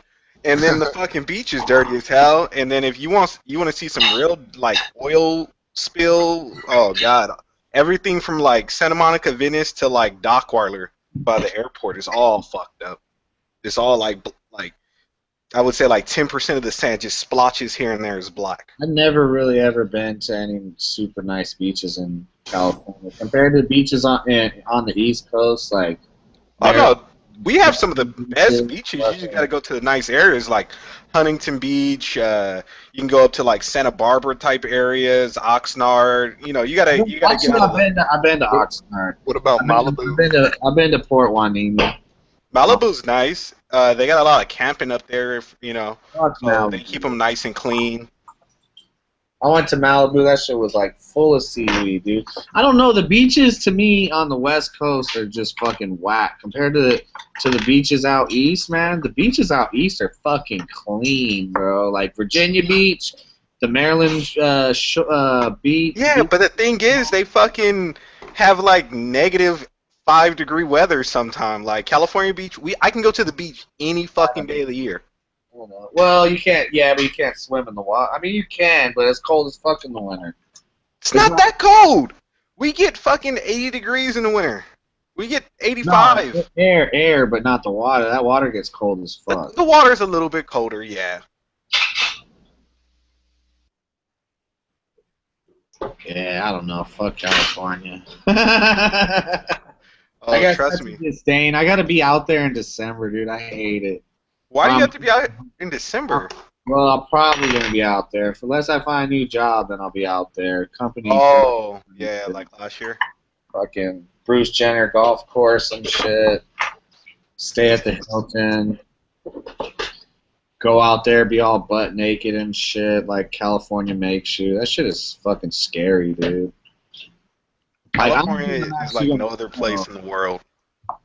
Dude, I got motherfucking like fucking I don't know what you call them, dude. Fucking La Raza fools talking about fucking sending death squads and shit. I don't think you know how deep I'm in, bro. I just checked out like some of the analytics for some of my videos, like fuck La Raza and shit, dude, and like it's all the stats are all Mexico. I'm like, what? Hey Tony, let's go to TJ. Fuck no. What, you scared or something? I ain't never going to Mexico ever again in my life, dude. That's just. Well, see, I've never been, so I gotta go this year. I've been there a bunch, man, and fuck that place. That place is a shithole, dude. Oh, I bet. I mean, there's nicer shitholes. You could go to like better poverty-stricken places, like Greece. Greece is awesome, but it's like poor as fuck, dude. Well, I've been to Thailand. I've been to fucking Whoa. Hong Kong. Hey, that's sketchy right there, buddy. I went to Thailand for a school field trip. It was amazing. For real? You didn't get no hookers out there, did you? You know, you're not supposed to ask somebody a question like that on live air. I said it was a school field trip, you know. Hey, I know about those areas, dude. Motherfuckers on Westpacks tell me about all the stories. Oh, it's amazing, dude. I went out there when I was in. It was what 2007 or something like that. I was in like 8th grade. Oh yeah. Oh my God! They told me, "Hey, you want to drink?" I said, "I'm not old enough." They said, "How old are you?" I told them my age. They said, "That's legal to drink here." I was getting fucked up on the school field trip. It was crazy. We were there for 2 weeks. That's funny. That's crazy though. Yeah, especially when you're on a school field trip with like your librarian and then like the dean, and then you're coming onto the tour bus because that's how we traveled around, and you got fucking beers and alcohol, and they're looking at you like it's illegal here, motherfucker. I think it's funny how it is out here. They'll try to make it harder for fools to have a good time, make laws stricter and everything like that, and the stats go up, like more people fucking drink, more people drive, all that shit. Like the whole like 21 age thing doesn't really, you know what I mean? It doesn't work. They just changed it out here, I believe, to where you're gonna have to be 21 to buy cigarettes now. Yeah, I saw that. That's fucking terrible, dude. I mean, I think that I was trying to say in my video the other day, like, people accept whatever now. You know, regulations on everything, dude. Think about it. You can't even get water, dude. You can't get water for free. You can't. You don't get water for free, right? Yep. And a lot of places they're stopping you from even collecting water. At least out here. Yeah. Meanwhile, the head of Nestle is making quotes like they're going to control the water, the world's water supply in the next fucking 20 years, 10 years. How they're going, they will. They've been putting fucking big ass caps on top of all their fucking ponds and shit like that. Yep. You think, you know, the rain evaporates from everywhere else, it drops down in their little pond, they cap it off. So eventually, shit, they're going to have a nice amount of it. I mean, it's basically that's what's in Agenda 2030. You're going to be taxed for all the meat you eat. You're going to be taxed for farting, for breathing, for exhaling, for, you know, for everything. Drinking water. If they have their way, that's what's coming. Well, didn't the UN come out and say that that they need to tax meat out of people's range where they can't eat meat? Yep, they can't afford it.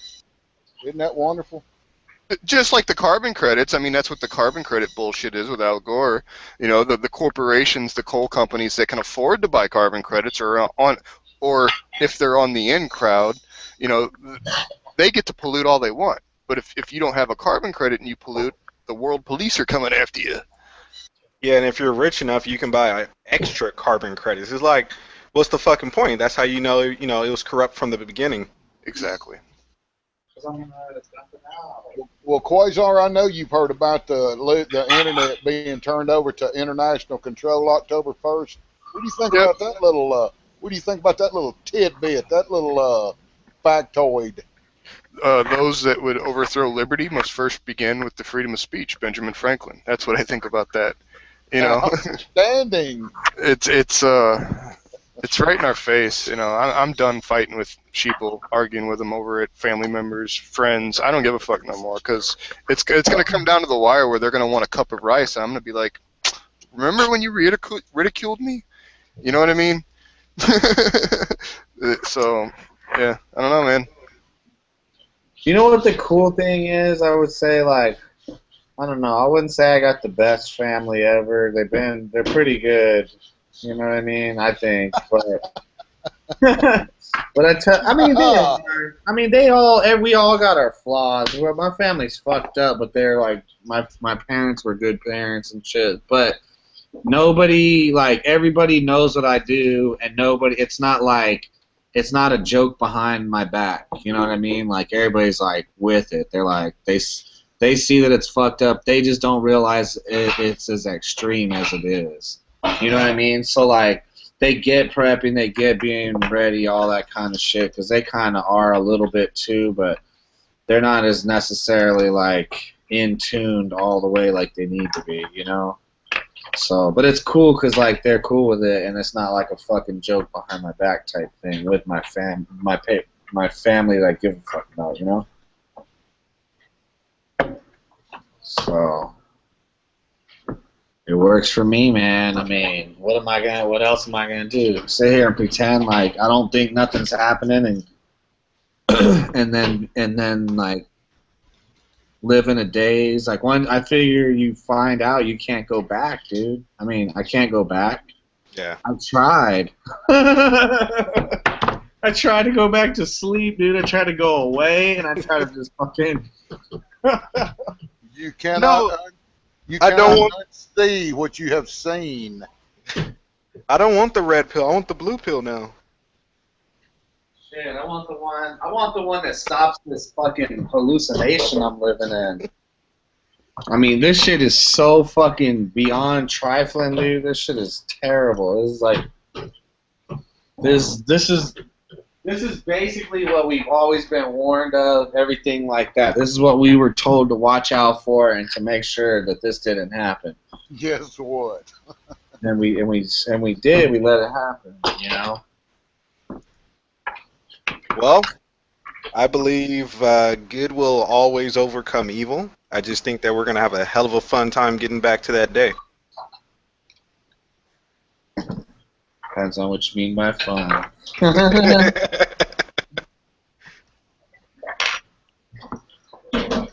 mean, I don't want to be part of the zombie apocalypse, dude. I want to be fucking, you know, I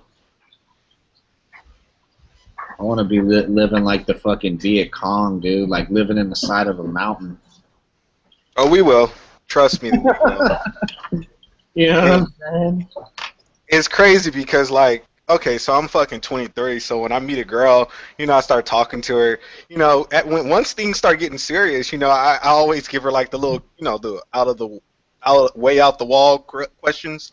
Like, so would you ever live in a cave? Hey,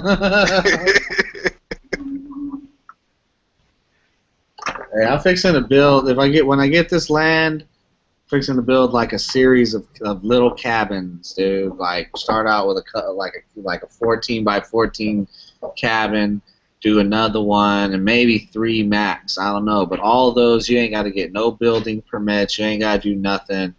I could fucking build a couple of them and be out there, have a little fucking wood stove in that motherfucker. And be good, man.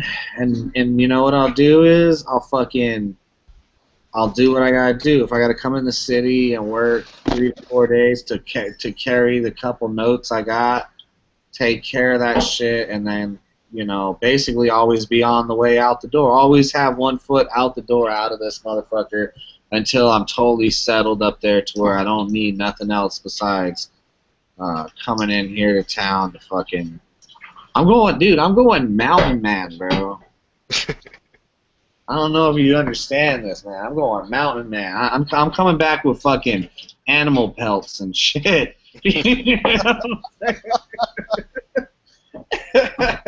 Whoa. Hey, I told you if it kills me, dude. Hey, I just let you guys know this. 2 things. If I die from some weird shit up there, like fucking shooting myself in the back of the head on the top of a mountain on my fucking birthday, you know what I'm saying? You know it was funny. But if I get attacked by a bear or something, maybe, I don't know. Just know that I was fucking happy up there when I got ate by the bear. Hey, Tony, have you looked at soil conditions, like, I would say, like, north of Northtown? Well, I'm way up there. Dude. I'm like 3 hours up the road north of there. I don't know if I want to be that far, but I have to officially buy property out there before 2018. So I'm going to be looking for something. Shit, way on the outskirt, way out there, like past Sportsman's. Like, keep going that direction. But what I'm saying is, how is the soil conditions out there? Is it sandy, or is it, where you can actually grow shit? Straight caliche, man. You gotta dig that shit up and make your own bed. Oh, okay. Yeah. Stan said Tony wants a loincloth. Hey, let me tell you, Stan, I run around my yard where I live. I'm in the middle of nowhere. I run around with a loincloth on and my jungle boots, and I'll do a Tarzan yell any given time of the day out here. I freaking love it, dude. I break out with a Tarzan yell. I don't have any neighbors to hear me. If I do, they're trespassing. Oh, man, that's good. That was fucking funny. A loincloth. The fuck?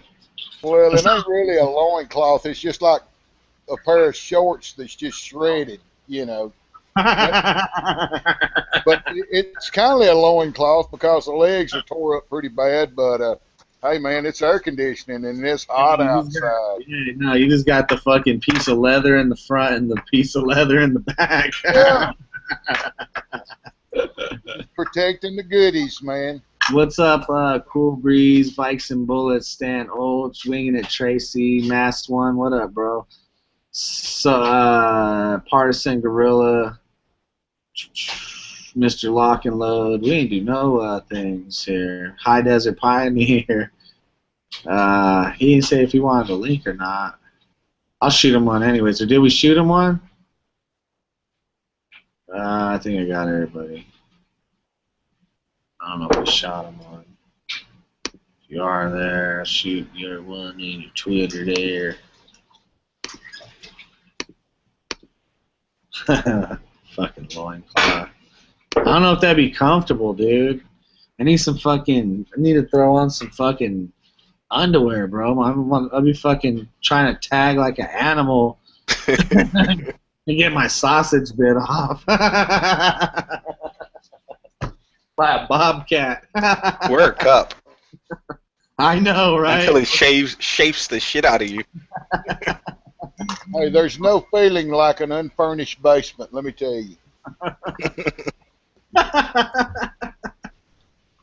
Oh, man. I gotta get HD here. That's funny.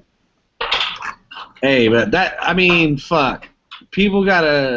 Somebody's gotta come up with some advice here for the people that are gonna stay in the city, because I ain't got no advice, because that's not what I'm gonna do. So I'm kind of like, I ain't got no idea about it, but to get the fuck out of here. I'm getting the fuck out. I used to plan to stay, but if you're gonna stay in like a major metropolis like where I am, it's fucked. But if you're gonna stay in the city, all you gotta do is make sure you're not near anything valuable. No railways, no fucking airports, nothing of value that they're gonna definitely have major troops near. And then you fucking, you have your little group, and you fucking, as people die out and move out, you fucking burn all the extra houses. You set up roadblocks, all that crazy shit. You just have to go like full Defcon 5. You gotta try to stay low about it, but you also have to be aggressive about it. Yeah, and you got to have some kind of visible means of sustenance, like, if you're not living where there's stuff that you can eat, you got to be where there's something that you can eat and drink. Yeah. But you got to maintain that. You got to have that survival. Like where I am, it's screwed because I have a major train track that comes through here, probably about a mile away from me, and then I have the twin ports right here. So this whole area is gonna be crawling with so many people. It's not even funny, So this area is like a no-go no matter what. Well, if there's nothing there to eat and no fresh water to drink, people won't stay there, because if they don't have any means to sustain, they'll have to go somewhere where they can sustain or die. I mean, there's two choices. Well, where I am, we have sustainable. We call them nurseries. It's basically where you go buy all your plants and shit. No, that'll we have work. one. We have a nursery that stretches for like, I don't know, maybe like 6 miles, 7 miles of just pure nursery. It's like anything you want to fucking find, it's there. That's a big farm. That's a farm. That's a farm that needs to be commandeered. And now if you got a situation set up like that with enough people to control it, hey, there you go. Well, I know a long time ago I set up and took a printout of Google Maps for like I think 10 miles around me, and I went through and I color coordinated every fucking building there was, residences, food resources, tactical resources. There's a lot around me. It's just too many people here. It's not worth the risk of staying here anymore. Yeah, if you're when people say staying in the city, I picture being on a rooftop, a penthouse rooftop in New York City, where the only thing growing there is what's growing in Central Park, and then 20 miles to the nearest dirt that'll actually produce anything. So that's my nightmare of being trapped in a city. My predicament's a little bit worse.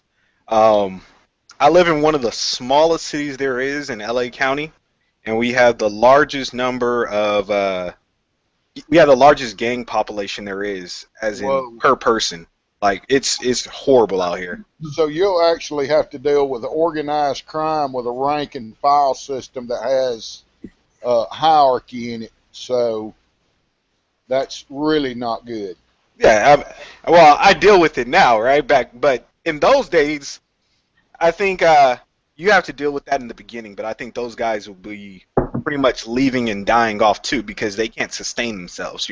They can only leech off of what's here for so long.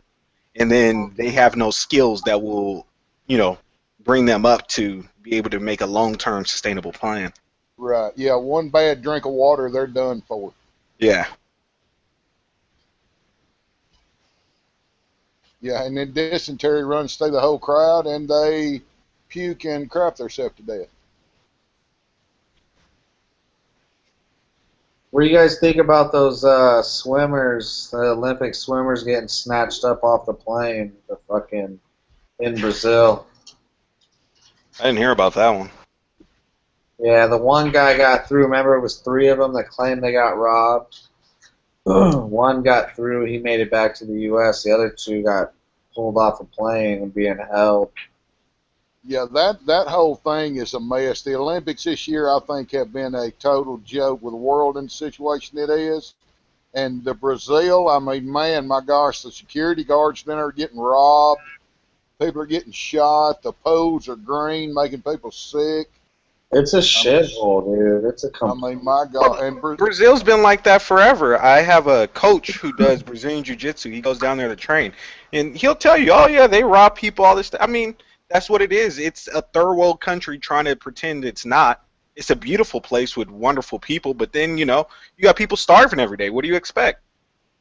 Yeah, the fucking police can't even go into the neighborhoods. The police are more outgunned in the neighborhoods than they are, like, fucking... Well, they've got the anarchy going on down there now because they impeached that Rousseff woman, and they put in some guy that used to... The acting president used to be worked for the U.S. intelligence somehow, was a intelligence gathering, and they were, last year was it when it came out that they said the NSA was hacking that Delma Rousseff's phone or whatever, and they've got her tied to some rebel organization. Man, it's a mess. More crap, more garbage. Yeah, if the Olympics continue to go on after this, it's just it's a fucking joke. I mean, it's this whole nobody watches that shit no more. They can't even put people in the stadiums. The last couple of Olympics have been like that. They can't even they build these massive ass places for all these people to fill these stadiums up. They fucking kill their taxpayers and then they don't make any dough off of it. And then they're stuck with the maintenance and all that other shit of all these massive facilities that will never be used again. And it's like, these motherfuckers are like, this one is bad. Brazil's a shithole. I mean... Brazil was supposed to be a great Olympics because they were going to put Brazilian Jiu-Jitsu in, but they didn't get it approved through the committee, so it lost all its hype. That's why it really got nominated to go there, because Brazilian Jiu-Jitsu is one of the fastest growing sports. So they said, okay, we'll take it to Brazil. But then when it didn't get approved through the commission to be the new sport, everybody was like, well, what the fuck are we going to Brazil for? All them fools are corrupt anyways. All those committee people, all those Olympic people are corrupt as fuck. They're rich out of their minds. They're fucking... I mean, think about it. You got probably all these countries from all over the world each year when they do the lottery or whatever, every couple of years they do the lottery for the different places and what? You think people are just gonna get Olympic bids just for free? Them fools are probably throwing dough at these committees, at these people in these committees, trying to say their opinion. Then they fucking magically narrow it down to 3. Then those 3 kick a whole bunch of money to the people, and then they fucking decide on some fucking shithole like Beijing or fucking Brazil. I mean, dude, to me, it's not places where Olympics are. I mean, I don't know. I think the Olympics just lost everything. It doesn't stand for anything. I think it's still cool when our people win gold medals and shit. I think, that just goes to show you that the whole world is in decay, including the Olympics. I mean, the whole world is in decay. Europe's falling apart. The economy's falling apart. The bottom fell out of the pound. England's under siege. Muslim problems all through Europe, immigration, war in the Middle East, just total turmoil. Everybody pouring money into Syria and Saudis and their problem, and I mean the whole world's in decay. And the Olympics are, you know, they're not exempt from that. And the U.S. political arena with the mess going on there, man, the whole thing's going to hell in a handbasket.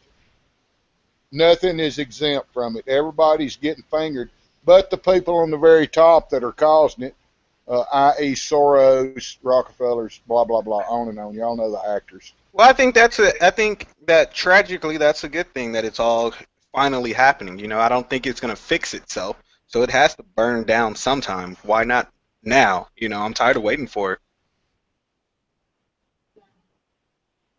It's not like that, Mosin. Fucking Mosin like no kick. Oh man. Well, I know one thing. Why I had an observation, I should say. Why are they? Why is like Louisiana and California not trending in social media? And it's on the local news, but it's not like both of the places throughout the whole crisis deal.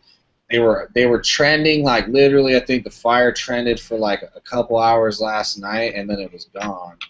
And it's like it's huge. It's bigger than ever, and they're downplaying the numbers. And then the Louisiana thing, there was almost like zero coverage. Not that I saw. You know, like I really had to search for that shit to find all the stuff on it. Yeah, they're playing it down. I guess maybe. I guess they're trying to use the election as a means of covering up. Hey, we're not doing shit, you know. And what's great, you've got all these people calling the media liars and traitors and stuff, and that's great. I mean, they're actually calling them out now. All these old people are getting up in front of these news cameras and stuff and calling these CNN and MSNBC and all these people traitors and liars. And why don't you tell the truth, you know? And hey, it's about time. People are standing, I mean, you know, some people are standing up. They're getting sick of it. Now, will they get crushed with the stampede? I don't know, but people are voicing their opinion now more than I've seen in a while. Well, they had the one girl from CNN reporting on what the kid who got killed or whatever he was. I don't know if he was a kid. The black dude up in Milwaukee that started the riots.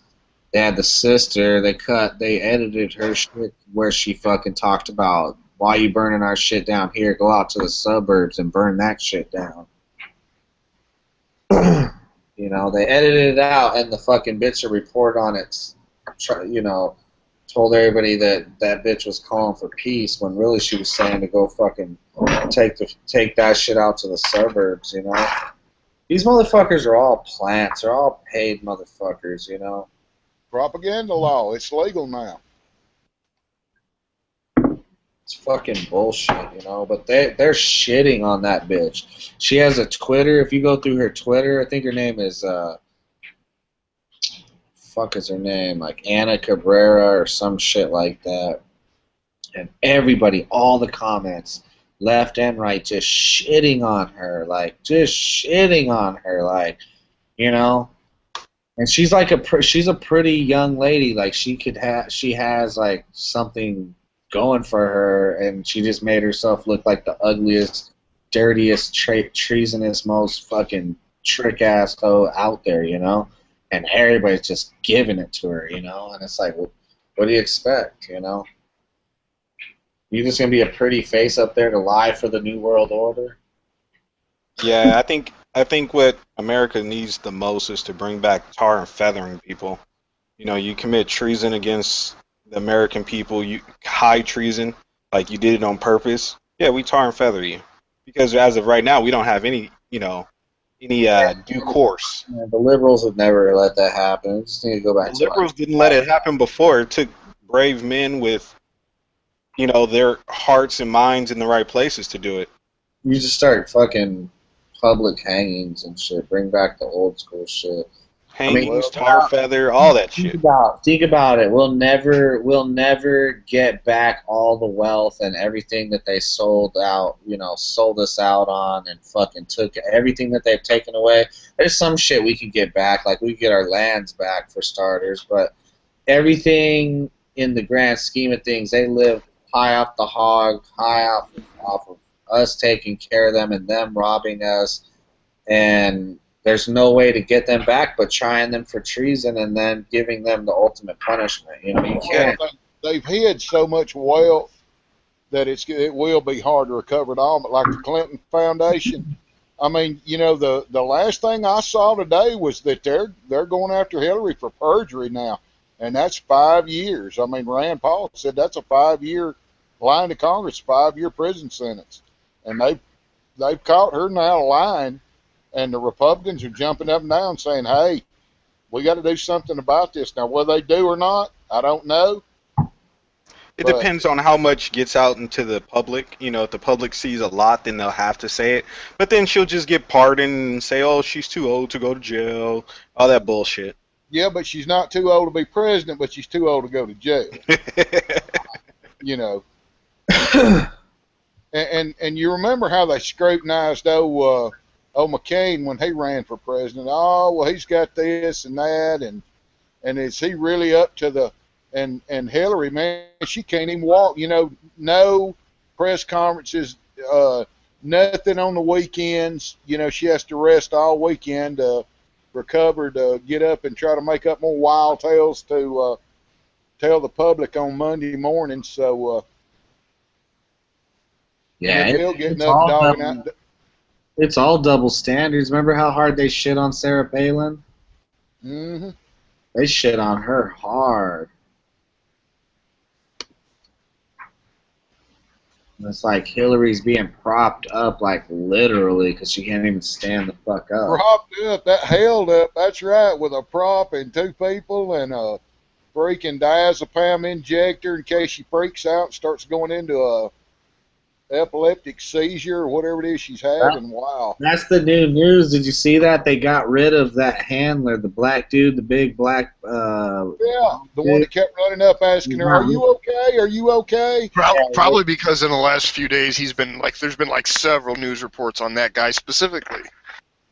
Yeah, and you've got Kane meeting with what was it, Soros' son? Yeah. And Obama. Oh, good. Yeah, holy cow, man. They're trying to figure out how to hold on to this thing. That's why I don't know that we're going to make it to November 8th, guys. I mean, with the floods and the rains and the fires, and they may say, well, the federal government's overwhelmed. We've got to call in the UN to help us with this flooding and help us. We got to have the UN come in and help us do this and that, and the riots and the uprising, and now they're going to flip the internet over, and start throttling it worse than they have. And oh, you can't say anything this. There goes your First Amendment right. Well, people are not happy about that, and we don't have the forces. We got to have help in here. Bada boom, bada bing. Well, looks like we're going to have to postpone the elections for another 6 to 8 months till y'all calm down. Please walk in this line, Yeah, because that Milwaukee shit was just like out of nowhere. Like they didn't even have a reason.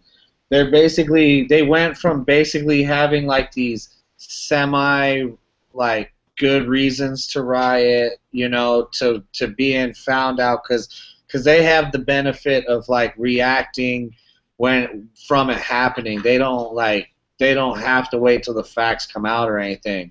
But when the facts did come out about this one already, it's so up and down that it doesn't even matter. These fools are being paid, like I said before, all those millions that Soros gave to these fucking groups. You know what I found out today, dude? And I'm disgusted. I don't even know what I can do. I have no idea what I can do. I got to pull the story up. Ford gave Black Lives Matters a gang of money. Ford, Pandora, fucking, I had to pull the list up, dude. It's really, really disgusting. I mean, I don't understand why Ford would do that. Don't tell 10 round that. Shit, it won't matter if 10 round. He loves Ford too much. Shit, that's what Ford is supposed to do, right? They gave money to Hitler. That's very true. I mean, there's so much discontent, man. This thing can't keep rocking on. Ford also had a plant in Italy that was supplying trucks to the Ho Chi Minh or to the North Koreans. Then they were driving them down to Ho Chi Minh. Well, that's like America giving Toyota trucks to Al Qaeda and ISIS. I mean, buddy, they love those Toyota trucks, made in USA. Brand new Toyota trucks. I mean, I can afford one.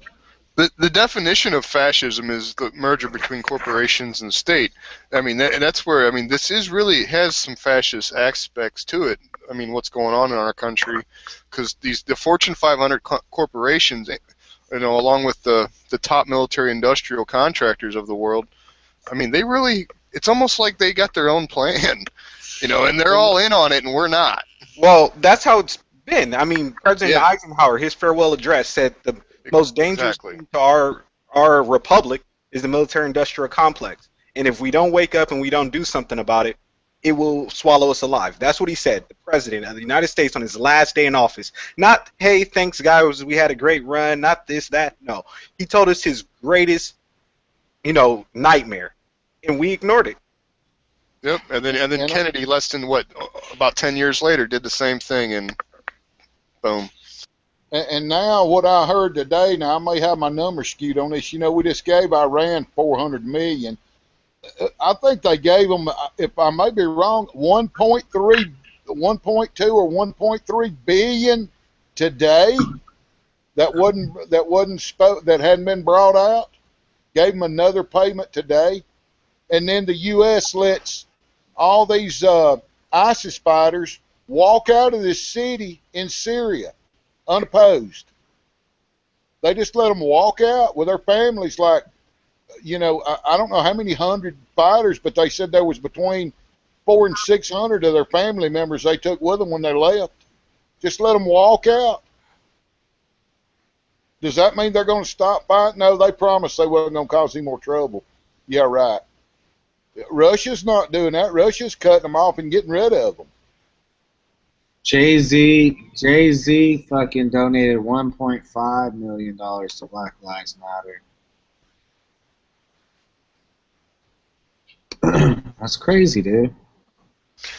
Yeah, they're funding terrorists. They're funding hate groups. These artists, these so-called professionals, are literally committing criminal acts by doing so. You know the hatred that they have.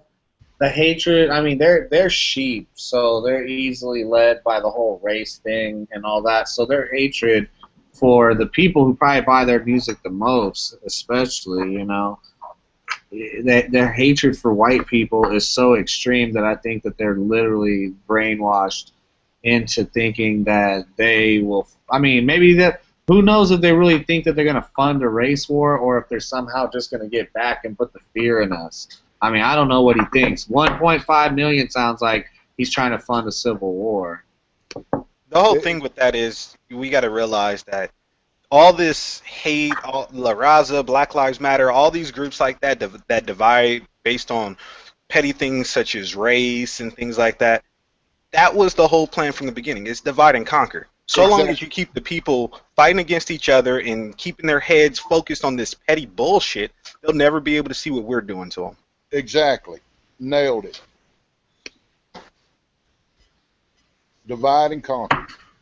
Well, you know, some groups, I guess, according to the government, we're the patriots of the terrorists. So I guess some terrorist groups are funded more well than others. You know? Can you imagine if fucking Soros came and cut you fucking, you know, one of his foundations cut you a $650,000 check to fucking to start a civil war, basically? I'm just saying, if you were that kind of person that Soros came to you, you know. Hey Tony, what would you do with $1 million? I would just disappear off the grid. That's all. Oh, you suck. Poof. I would just. I'd want to be like. I'd pull a Houdini. I try to get my name scrubbed from public record and everything. Or I just change my name. That would be easy enough, I think. Just change my name legally. Well, I guess that's better than if they gave me $1 million. Because if they gave me $1 million, yeah, I would be at your door probably the next day. They gave me $1 million, about 4'8", 2 or 3 tattoos. Real good at dancing. 90 pounds maybe. Hey, you know what I changed my name to, though, legally? If I was changing my name, I'd change it to, like, Charles Bronson or something like that. They'd be looking for a fucking Hispanic male up in the boonies in the middle of nowhere, fucking desert, Nevada. With a loincloth on. For real, hey, a young Charles Bronson comes out of the jungle. I come out with the loincloth on and shit, and a ham hock in my fucking hand. Oh, wearing a wild boar's hat. Raising exotic animals. Eating like fucking wild parrots or something. I import some wild parrots. Keep them on. Got a wild boar on a skewer over the fire, turning it to pull off just grab a ham and rip it out of it and eat it, while he threw what's left of it to his wolves that follow him around.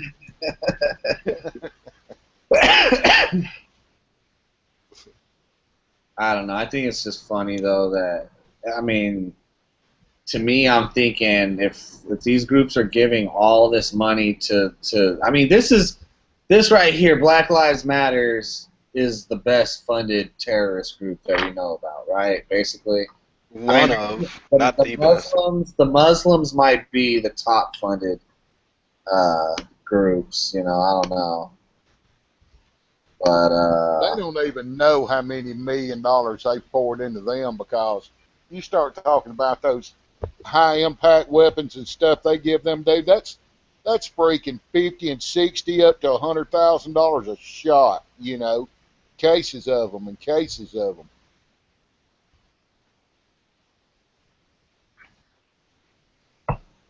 I mean, dude, how much is a tow missile? I don't know. 120 grand probably a pop. Yeah, for the rocket, and how much is the electronic controls, which you only shoot the rockets, you keep the controls there if you don't get captured or. Wow. Yeah, but what are these guys doing with the money? Are you telling me that they're fucking taking, what was it, $30 million or whatever he donated last year or whatever it was?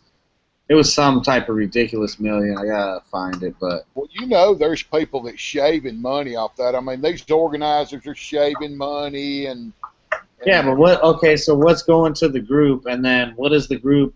I mean, you can only buy for everybody. You can only buy. That's what I'm saying. You can only buy like so many fucking like 40s and blunts, in my opinion. Yeah, hats, T-shirts, and bus tickets. Really. I mean, dude, that's the millions, dude. I mean, somebody's doing something funny with that money. They just haven't used what, you know what I mean? If the cartels and all these other fools could fucking slip, military weaponry back and forth between the border, there's no reason that these fools ain't engaging in something. I mean, the guy that killed 5 police officers, that whole thing was sketchy as fuck, right? Like, that's gone, right? I mean, is that gone? Because nobody said anything. I mean, nobody's heard anything else about it. I'm sure they're using it to write new guidelines on using drones to blow people up, because obviously they made it okay because they did it. Nothing said of it. No trial, no. That was made okay with the National Defense Authorization Act. Yeah. As soon as we passed that, that took away basically all our rights, and they can, the military can do whatever they want, and We have paramilitary police organizations that are basically the same damn thing. So once that got signed, all our rights are gone Well, basically they're on wrapping paper. it up. You've got the government, which is Soros is involved with. The government's pouring money into the federal law enforcement. Then you've got Soros that's also tied in with the government, swapping money back and forth. That's pouring money into the people that are going against all the money that they're pouring into the government. So they're building. Well, no, see that's where I disagree. Them funding Black Lives Matter funds the same agenda that our fucking government has to disrupt, to diseducate, to Right. disarray Well, all of us. they're paying both. They're pitting both of them against each other and financing the war. They're financing both sides. Right. But they're not funding patriots. No, because they're not going to fund us. It's going to take somebody like fucking Russia or somebody to fucking come give us money. Yeah, beg Putin for something. He might. Honestly, the enemy of my enemy is my friend. It's one of the oldest statements ever made.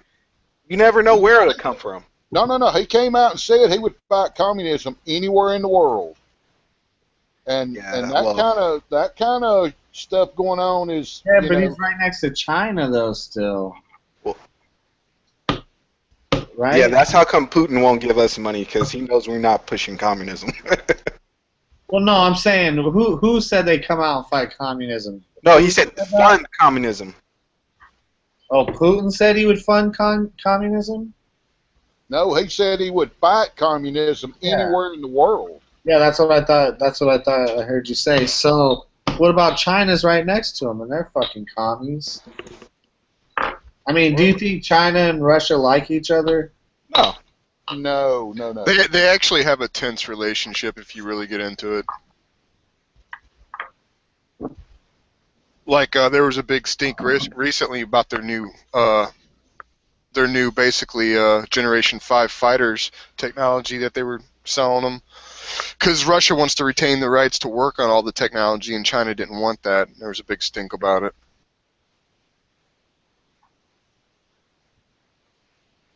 Yeah, Russia's been growing pretty good. They started with all that natural gas and energy stuffs with that whole big thing down in Europe, and they've been making good money from that. They've been doing pretty fucking well. I mean, military-wise, they haven't been defeated, so.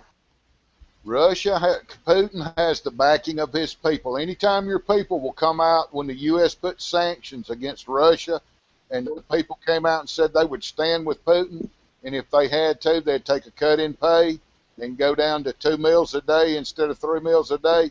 You think American people would stand up behind any of the cronies in the American government and say that? Hell no.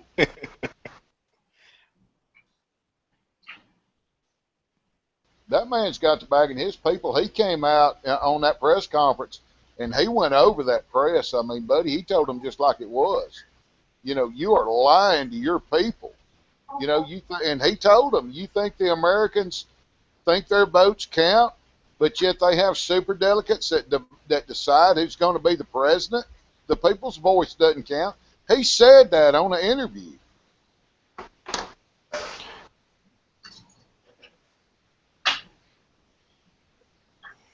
Sorry for the Debbie Downer there, but it was true.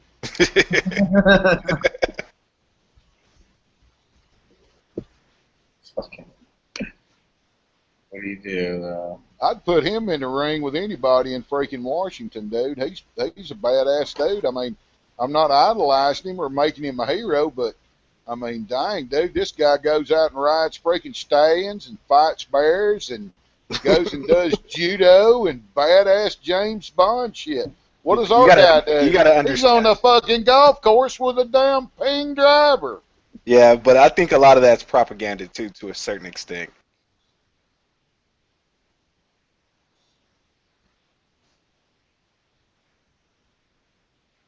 Yeah, just the riding the bears. I don't think he rides bears. I've never seen a picture of that. But I do know he does have a black belt in judo. Yeah, that's understandable. Anybody, you dedicate yourself, you can get that. But, I think that's just them trying to amp up who he is to make him seem larger than life so that people like him more. He's definitely a totalitarian in my mind. You know what I mean? I don't idolize him one way or the other. The guy's a billionaire. You know, he didn't get that doing commercials on TV. He you know, he's KGB through and through, man. Exactly. He's a product of Soviet era Russia. And that's the thing. None of us know him personally. None of us know what his true intentions are. Does he regret being a member of the KGB? Does he regret communism and all its faults? You know what I mean? We don't know. We don't know his fucking intentions. I'm telling you.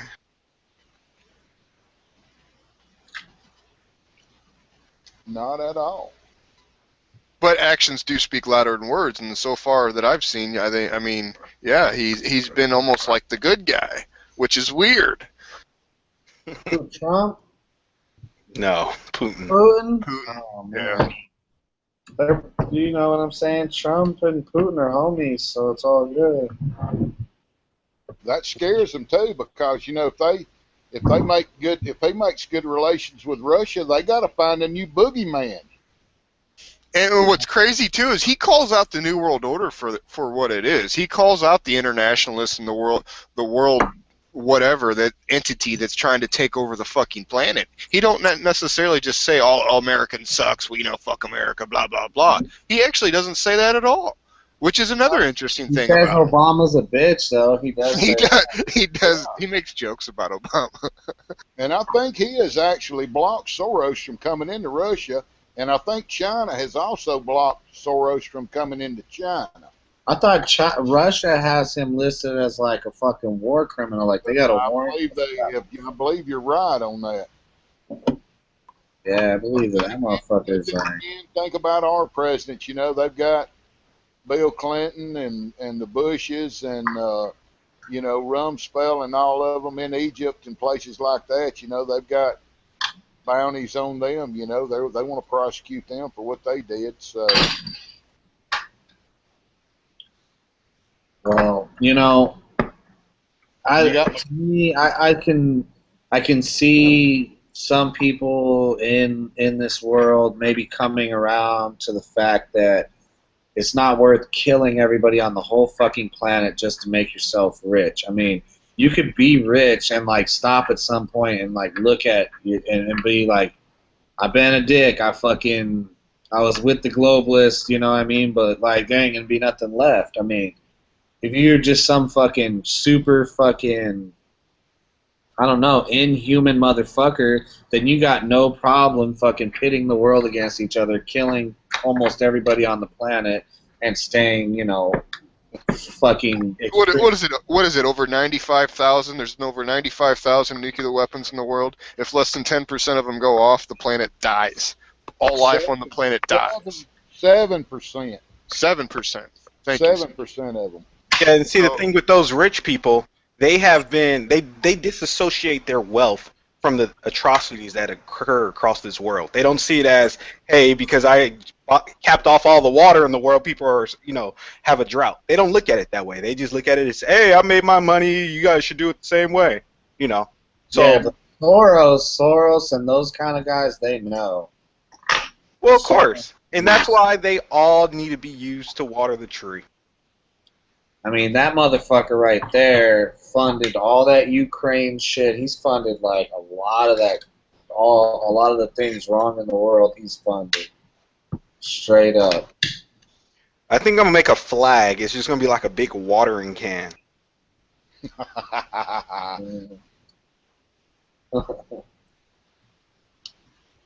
Because that's what it would take. Honestly, truthfully, if that guy right there.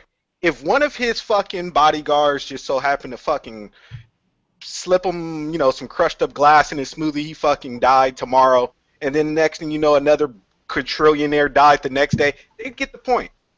But it's not happening. That's what they were saying about Hillary, in the, under their breath, everybody was saying somebody needs to take one for the team. That's what they were trying to say Donald Trump said. That's what they were trying to say he said. Well, I mean, like I said about that comment, whether he meant it or not, since when did we become afraid to fucking say you know, a tyrant's a tyrant, and we have an obligation, we have a duty. Well, to the sheep, it's always been a problem, you know. So when you think about media-wise, that goes out to mostly sheep, and hey, they see it as a problem. Here you go. Here you go. There's so many people that are watching the news that still think everything's just lovely because they're watching the mainstream media, and they think, that's their only source of intake, and everything's just lovely. Nothing's, There you go. Can you see that screen share? Yeah, we can see it. That's my feelings on it. If she dies, she dies. I just think it's time for patriots to start rising up, and whatever way it happens, it happens. I mean, whether we unite and come up, you know, how we all think it's gonna happen, I don't think so. But even if, like, okay, like these fucked up riots that are going on right now. Okay, yeah, that's a horrible thing. But guess what? That gives you the perfect cover to do any other operations you want to do. It's calamity all over the place.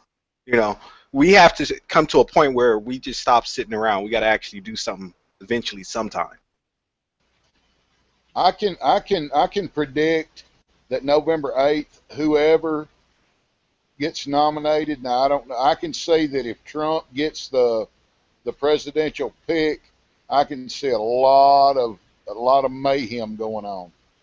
I don't know if Hillary gets the pick, if there's going to be the same amount of mayhem. There should be more, but it won't be. I agree.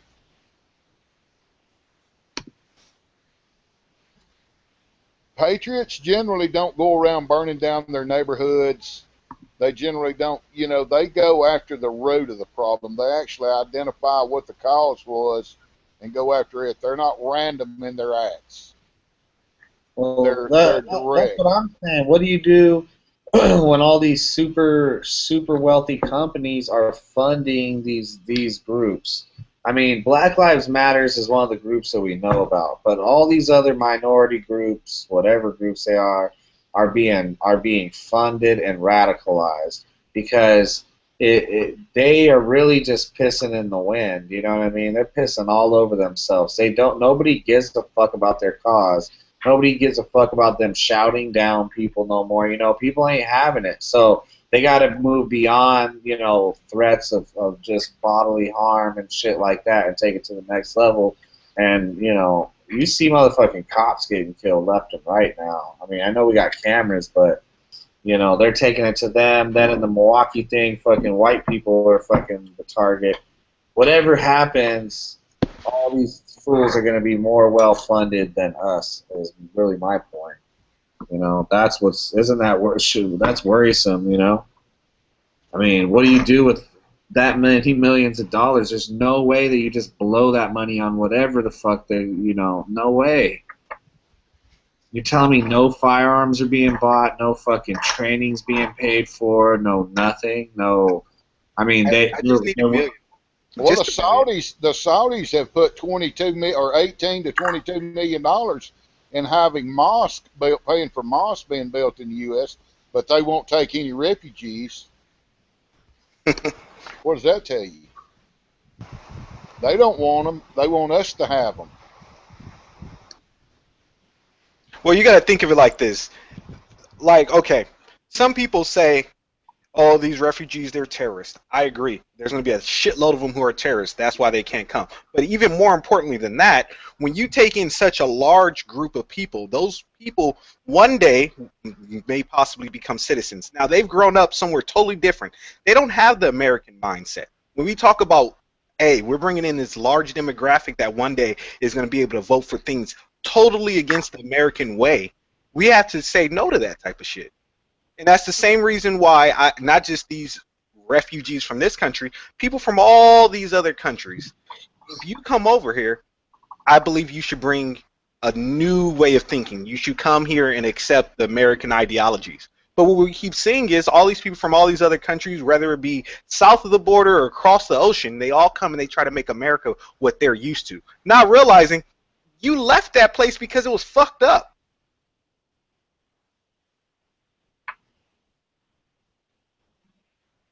Those motherfuckers.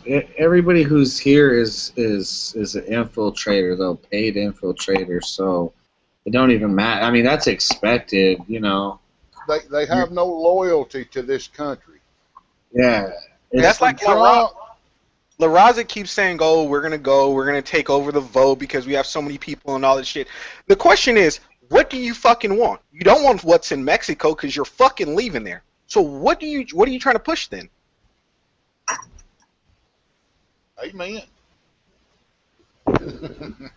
You hate everything fucking over there. That's why you're running over here, sending thousands of people here. But then you're gonna say, "Oh, we're gonna change America." What the fuck are you gonna change it to? The shithole that you came from?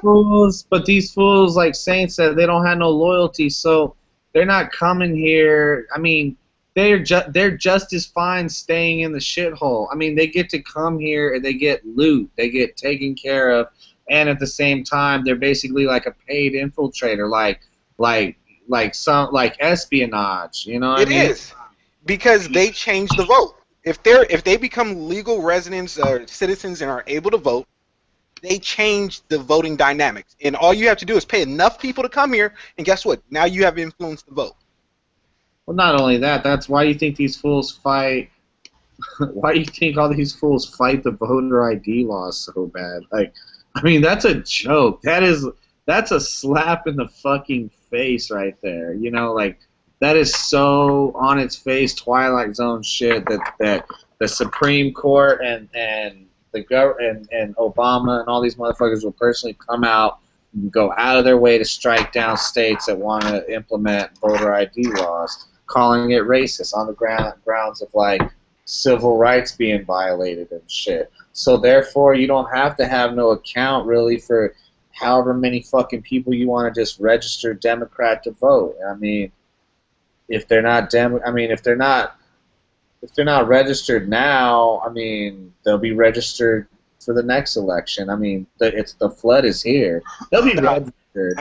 I think the voter ID laws are fucked up in how they're implemented. Like, I don't believe like in that whole you must ID in certain places and stuff like that. I don't think there should ever be a law that says, hey, you have to go and take your money, go buy our ID, and now you can go ahead and have your rights. I don't think that should be. Now, if you make that shit free.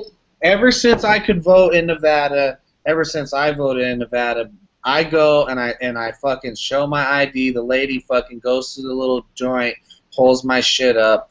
Wham, bam, thank you, ma'am. I go vote. Like, it's always been like that for me. I'm okay with that, but I'm not okay with them charging for the ID. If the IDs are free, cool. Yeah, let's do it.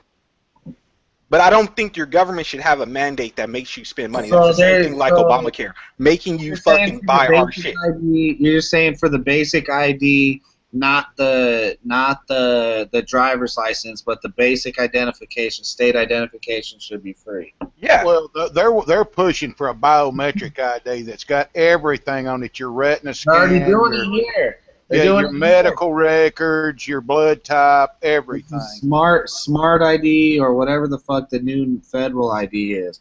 And I just got mine renewed right before they started doing it, and I don't got to renew mine for 8 years. So I don't need to worry about that shit right now. I know. Well, Tony, I'm gonna be moving out there. What do I need to get a fucking setup out there? Is it gas bill or what?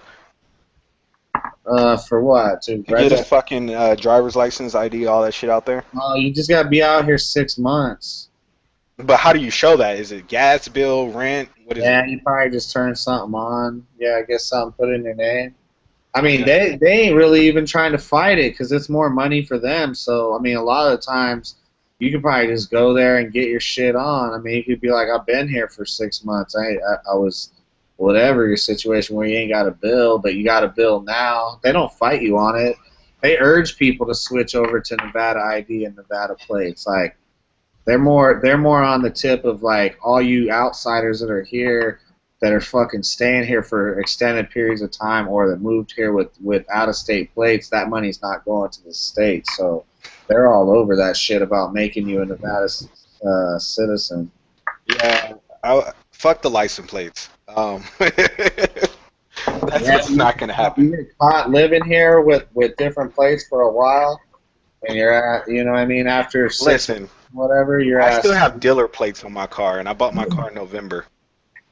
My license plates got lost in the mail. And I went to the DMV to ask them about it, and they said, okay, we'll order some new ones and all this kind of shit, and those got lost in the mail too. So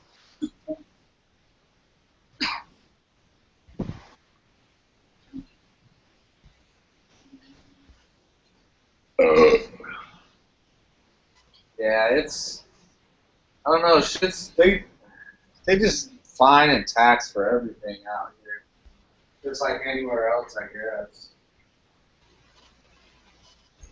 Trying to fucking hand a motherfucker a fine for every fucking thing.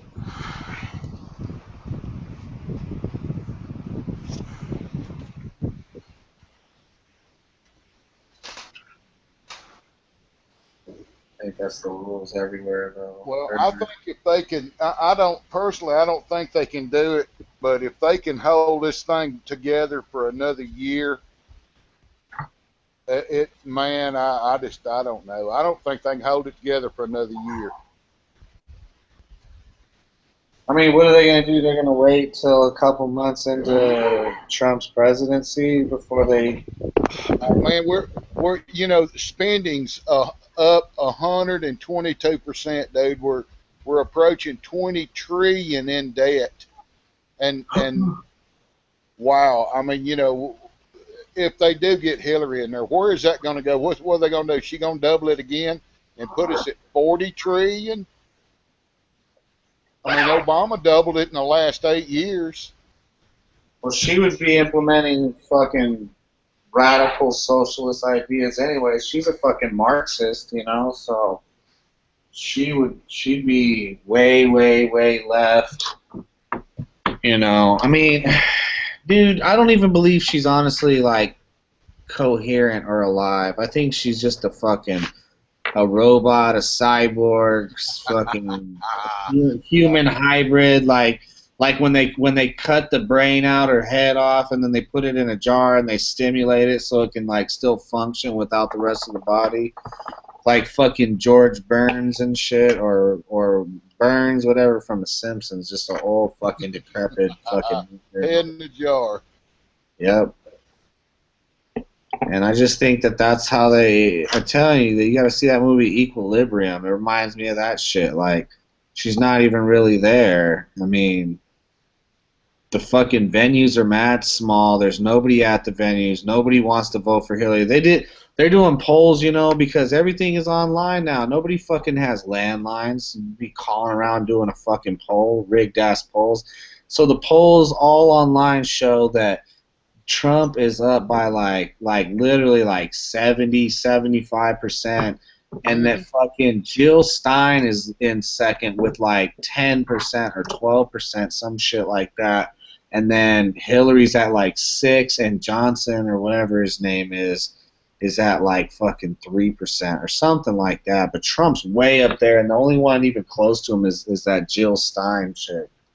But if you ask the mainstream media, it's Trump's up 1, Trump's down 1, Hillary's up 1, Hillary's up 2. And, dude, she can't even get... They have to pay people to come sit and listen to her. Nobody will even go to her rallies. I mean, they'll 200 people show up for a rally. Nobody wants to listen to her.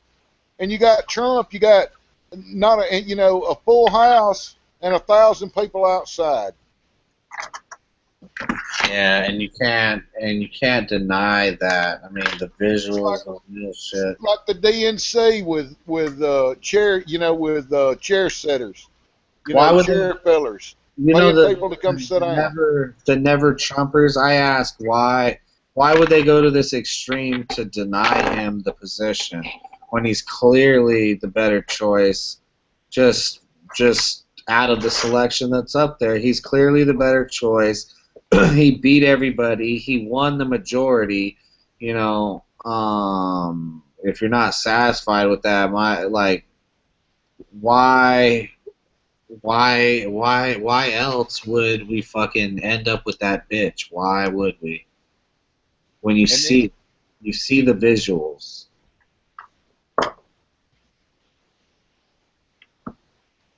Wow.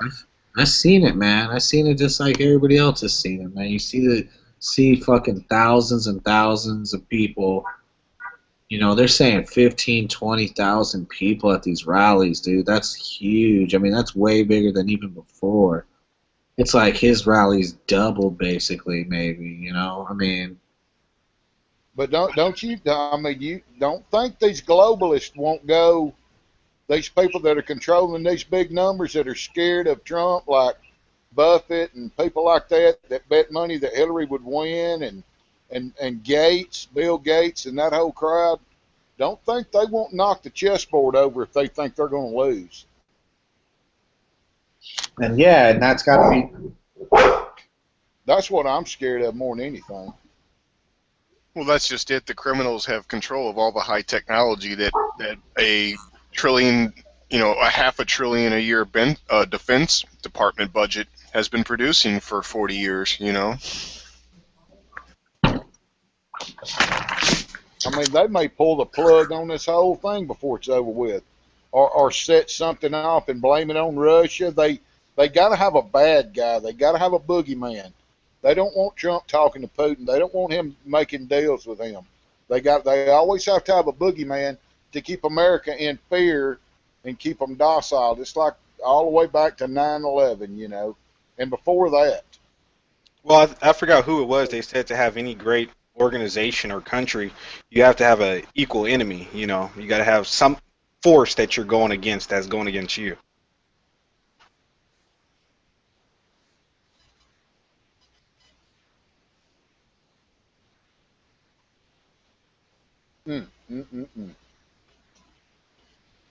Yeah, when the bread and circus runs out, the people will revolt. That's just it. Well, that's just it too. And our country, specifically in the world, as of the last 500 years, is a direct result of what happened in the last 500 years with the tyranny and the fucking totalitarianism and the fucking monarchies and shit. They know that, you know, that's what we're still fighting, you know. And our country represents the last, you know, the last vestige of sovereignty, but we've about lost it.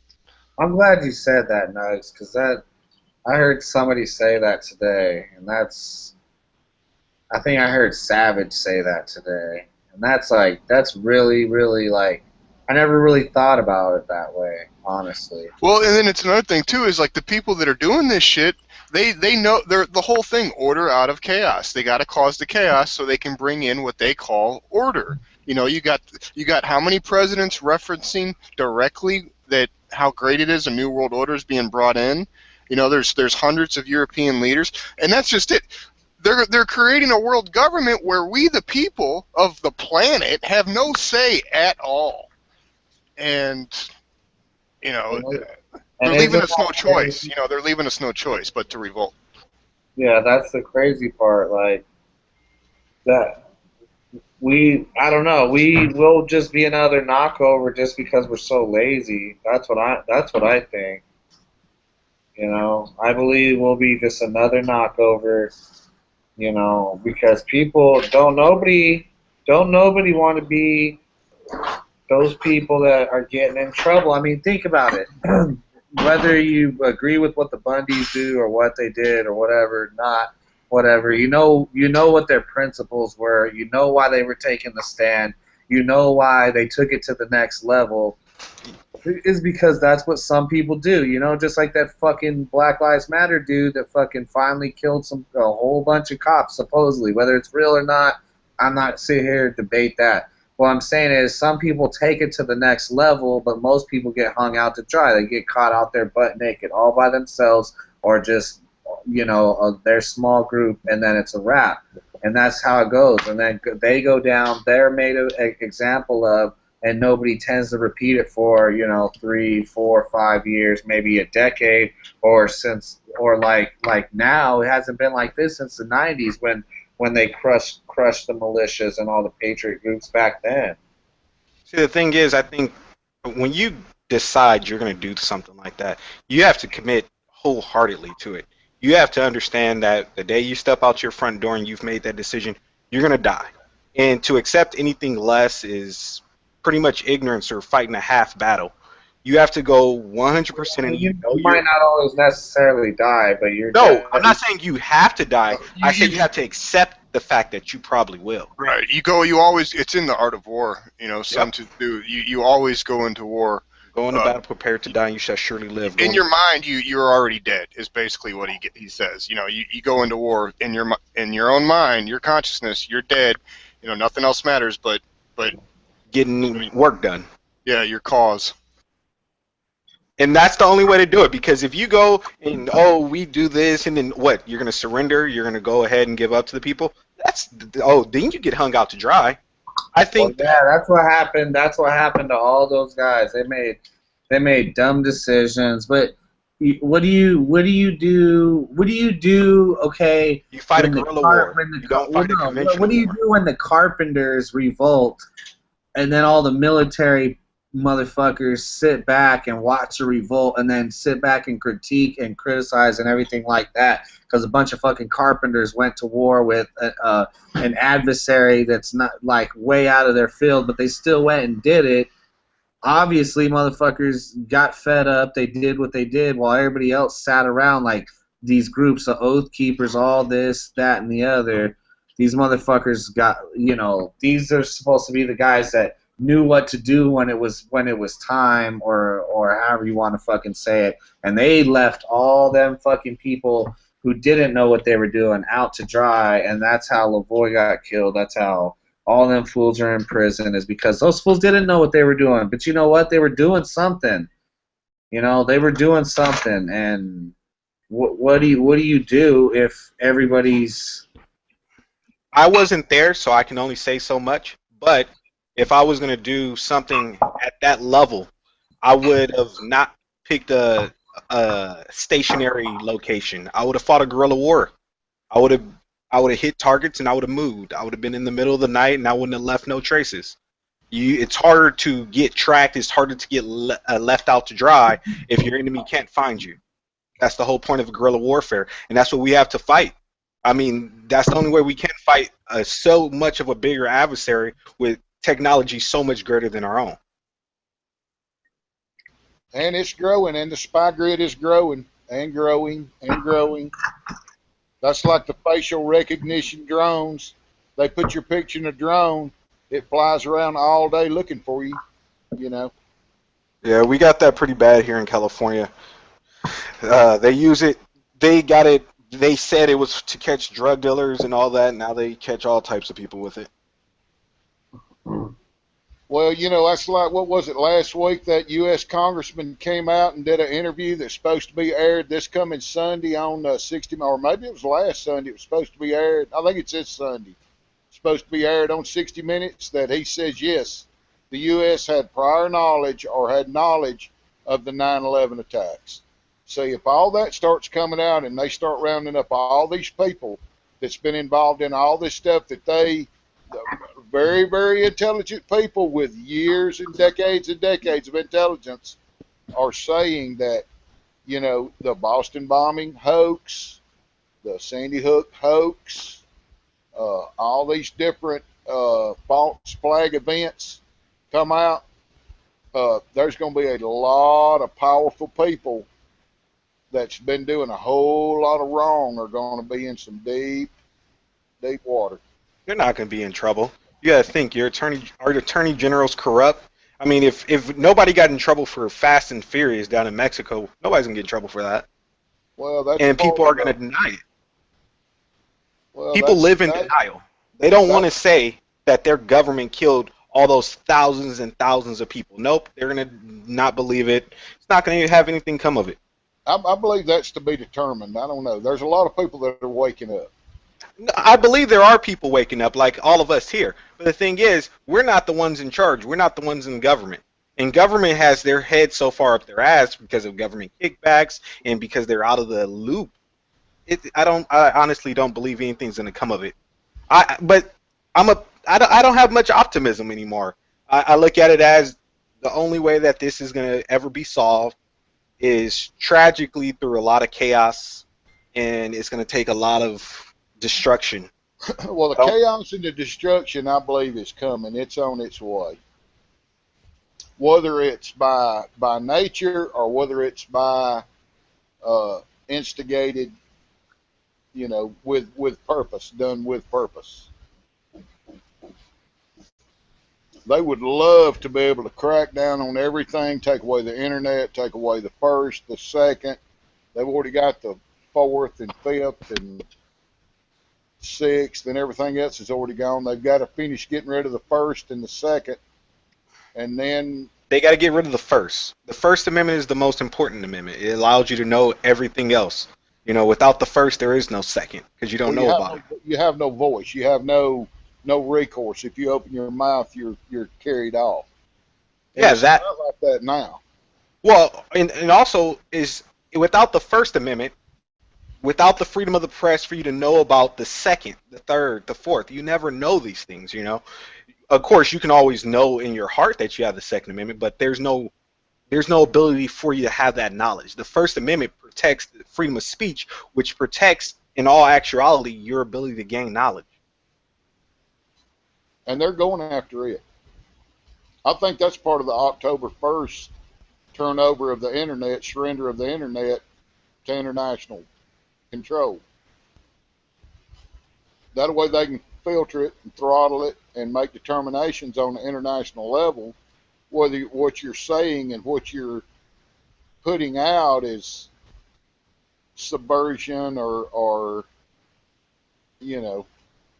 and then they can label it whatever they want. Oh, that's hate speech according to the international blah blah. We don't say that here, brother. This is America, But if they're going to control it, and if they give it international control, what keeps people internationally from shutting it down, pulling the plug on it?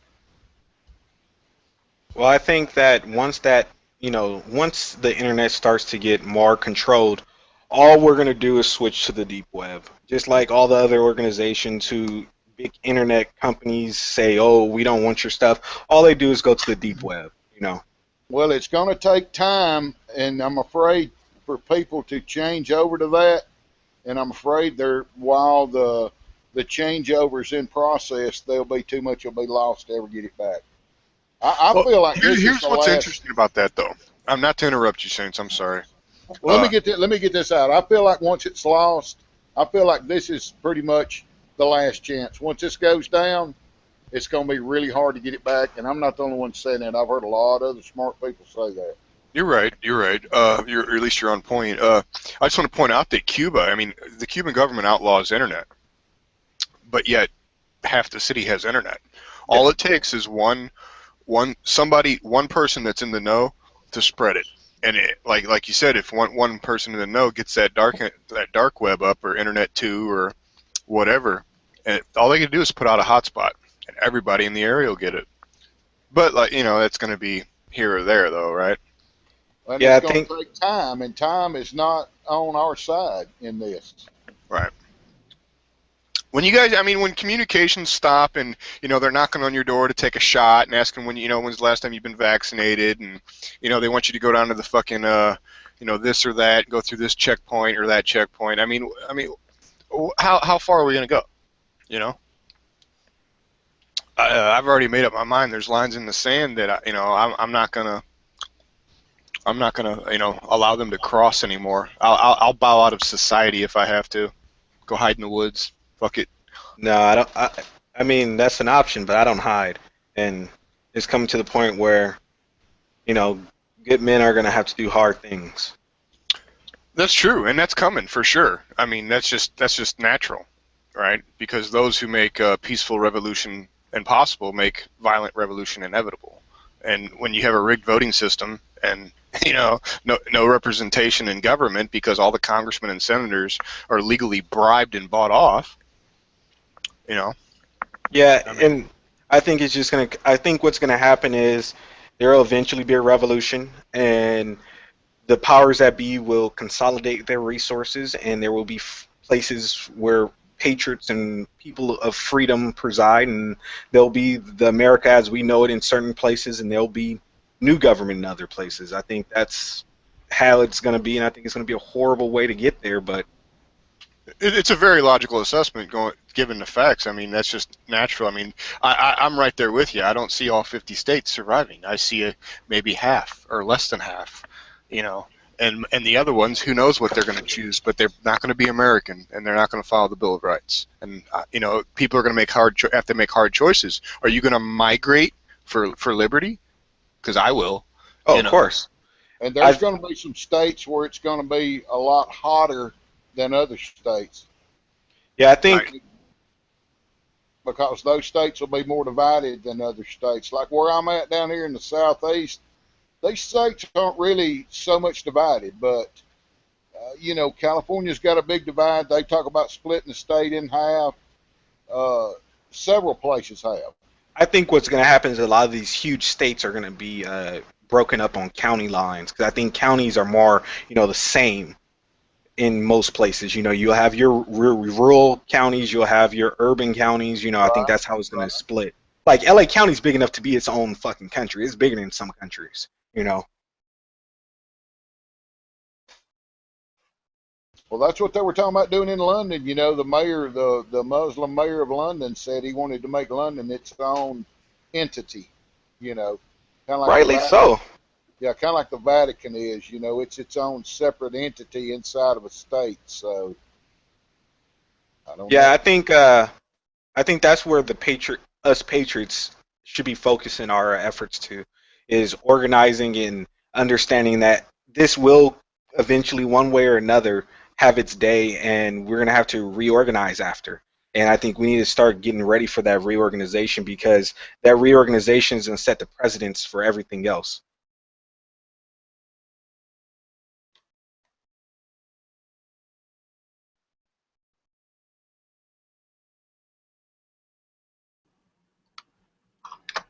Shout out to some folks out there, still 23 watching. Sparks, Crypto Arts, LV, Partisan Gorilla, Stan Olch out there. Bikes and Bullets, HDP, Winging It Tracy,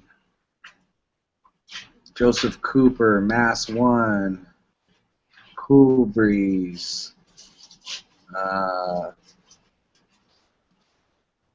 Dick Mizzle, Dick Mizzle 2,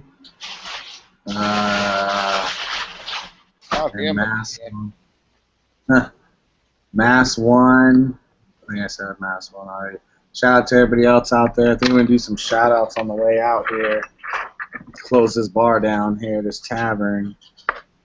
Shoot a couple links. I guess we could open it up in the after chat if some folks want to jump in or something. There you go. We're just kind of all over the place. It's the whole world's going to shit tonight. Too much going on to try to focus on one thing, dude. It's all over. I mean, it's like a freaking big box of animal crackers. You don't know what's going to dump out next. Shocking off. It's like a fire tornado. It's like a high jab. High jab. Oh man, high jab, low jab. Yep, you'll wake up one of these days and go to town, and all the women will have beekeeper suits on their head with little eye slits looking around. Look like a bunch of lawn furniture. Like a bunch of umbrellas standing around. Do they increase the bee population? Wow. There's got to be some positive to them being around. That's what screwed up the Olympics. Those women with the scuba suits on playing beach volleyball. That trashed the Olympics. Yeah. And even the one where they're running, and it's like a picture of the whole line of women runners, and that bitch is clearly behind everybody else starting. You know what I mean? She's like, already she's losing. As soon as the gun went off, she was losing. Standing there in her fucking high jab, and it just shows, like, dude, you're stepping back in time. They're literally willing to take us back to the days of peasants and shit. You know what I mean? Like straight out peasants living in the mud, like old fucking English. Nomads in the desert living in tents, and when you get ready to move, you tear your tent down and hook your camels up and move to the next oasis. It's insane. being fucking sane. We're pushovers, man. We're gonna let it happen, you know. I mean, what do you do if you see that everybody else isn't rising up? That's why I figured I came up with the idea to just get the fuck out, you know, get the fuck out, disconnect. Obviously, everybody's not in the same ball game as everybody else. You got people thinking way differently, and a whole lot of people thinking like hypocritically, saying one thing and then saying and doing another, or just contradicting themselves. Like, it's not time for a revolution, but voting's done. I don't know what the in between is on that. I don't understand. You know what I mean? So it's like almost like they've made it to where it's like a every man for himself or every group for themselves type of situation. Divide and conquer. Well, maybe not conquer. I don't know. It might just be like hella tribes all over Afghanistan and shit. What it is the American people are very different than any other people on this earth. When we look at, you know, we go to other countries and we fight against their citizenry, right? Like over there in Iraq and Afghanistan. Some of those places have been at war for 100 years. All they know is war. Whereas on American soil, all we know is peace. On our soil. The average person outside of the military has very little along the lines of understanding that there are certain days where, yes, we have to stand up for what's right, and guess what? Hook, line, or sinker, it doesn't matter. Left, right, if we win or lose, we have to stand up, and we may die. That's what the American population is missing, because we have never been. Everyone living has never been exposed to that on U.S. soil. Well, I'm going to say this. I know one thing. For the last 6 to 7 years, I have seen more guns, ammunition, and tactical gear absorbed by the public than any other time that I can remember since the Bill Clinton days. And, buddy, that is a lot of it. Dude, I mean, they are sucking stuff off the shelf. Anytime you have to wait 15 weeks to order some body armor, because it's on back order, something is fixing to happen, and these people aren't buying it to use to shoot at. They're buying it to use. The craziest part about that is even during the Bill Clinton days, we're at like, we're easily double, we're probably at triple, quadruple of what they were doing. I mean, there's so many more gun companies, there's so many more tactical companies, there's so many outfitters, you know, gear outfitters. Dude, it's like a fucking, probably a multi-trillion-dollar business in itself, but outside of gun running around the world, but gun companies, gear companies, all that kind of shit here. I mean, people are fucking dumping thousands. I mean, think about just how much like a Trigicon costs. Oh my God. Just between the amount of tourniquets and body armor and magazines and camouflage and boots and radios. It's just these portable ham radios that people have bought. My God, dude, it's astronomical.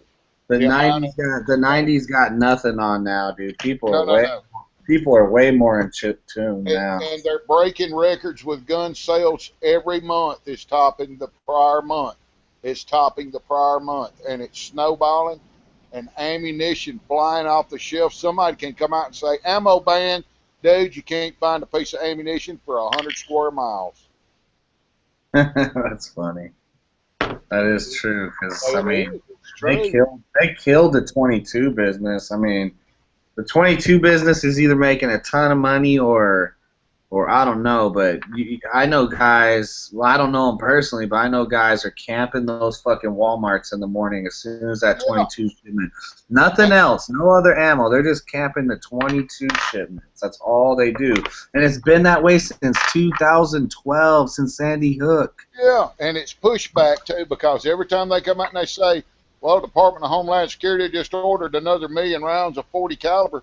Well, that means the population's going out and buying 100 million rounds of 40 caliber.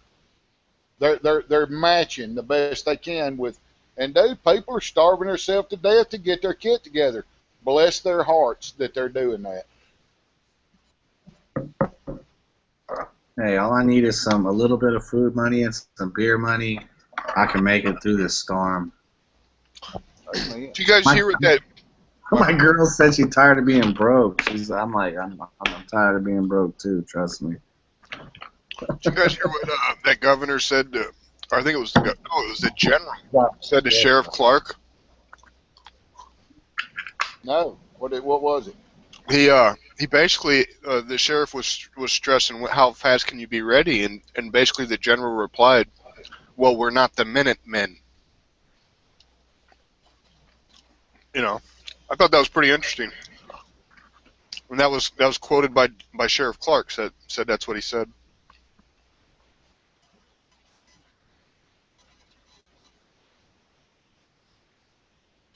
Because there's a bunch of people. There's a bunch of people sitting around with their shit on go like a fireman. That's right. I mean, their stuff stacked up ready to go. That the rest of their house may be a mess, but their kits are out there and they know where everything's at. They don't have to hunt. It's lined up. Pretty crazy. It's like that old Andy Griffith fucking episode when his son's asking about what's a Minuteman, and he tells him it's a guy that loves liberty that's going to be ready at a minute's notice to defend it.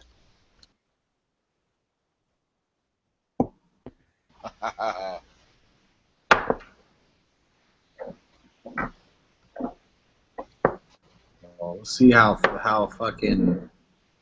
nutty this shit keeps going. I don't know. On my chat earlier this week, I covered that the Bunkerville defendants and the Malheur Wildlife Refuge defendants are starting to take them plea deals because they're gonna lose their whole lives in fucking prison over conspiracy charges. So basically, the hypocrisy in this country just fucking continues because BLM and these other groups can do whatever the fuck they want. They can burn shit up. They can do whatever. You got a peaceful group of patriots, and them fools are losing their lives, and they all got to plead. They got to plead down and get that Fed time reduced. You know, they're being taken out of the game with the prison time, plus being, you know, they're gonna be felons, not able to have firearms, not able to vote. You know, so they're like castrated while they throw them in there.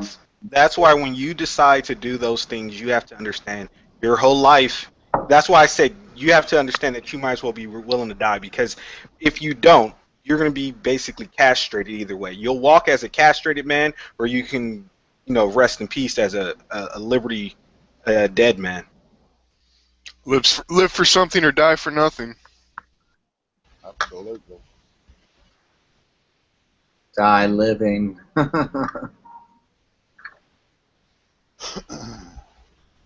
Damn, man. Damn it, man. Like Saint says. Yeah, a lot of tourniquets been sold out there. I don't know why, but there's a lot of them being sold.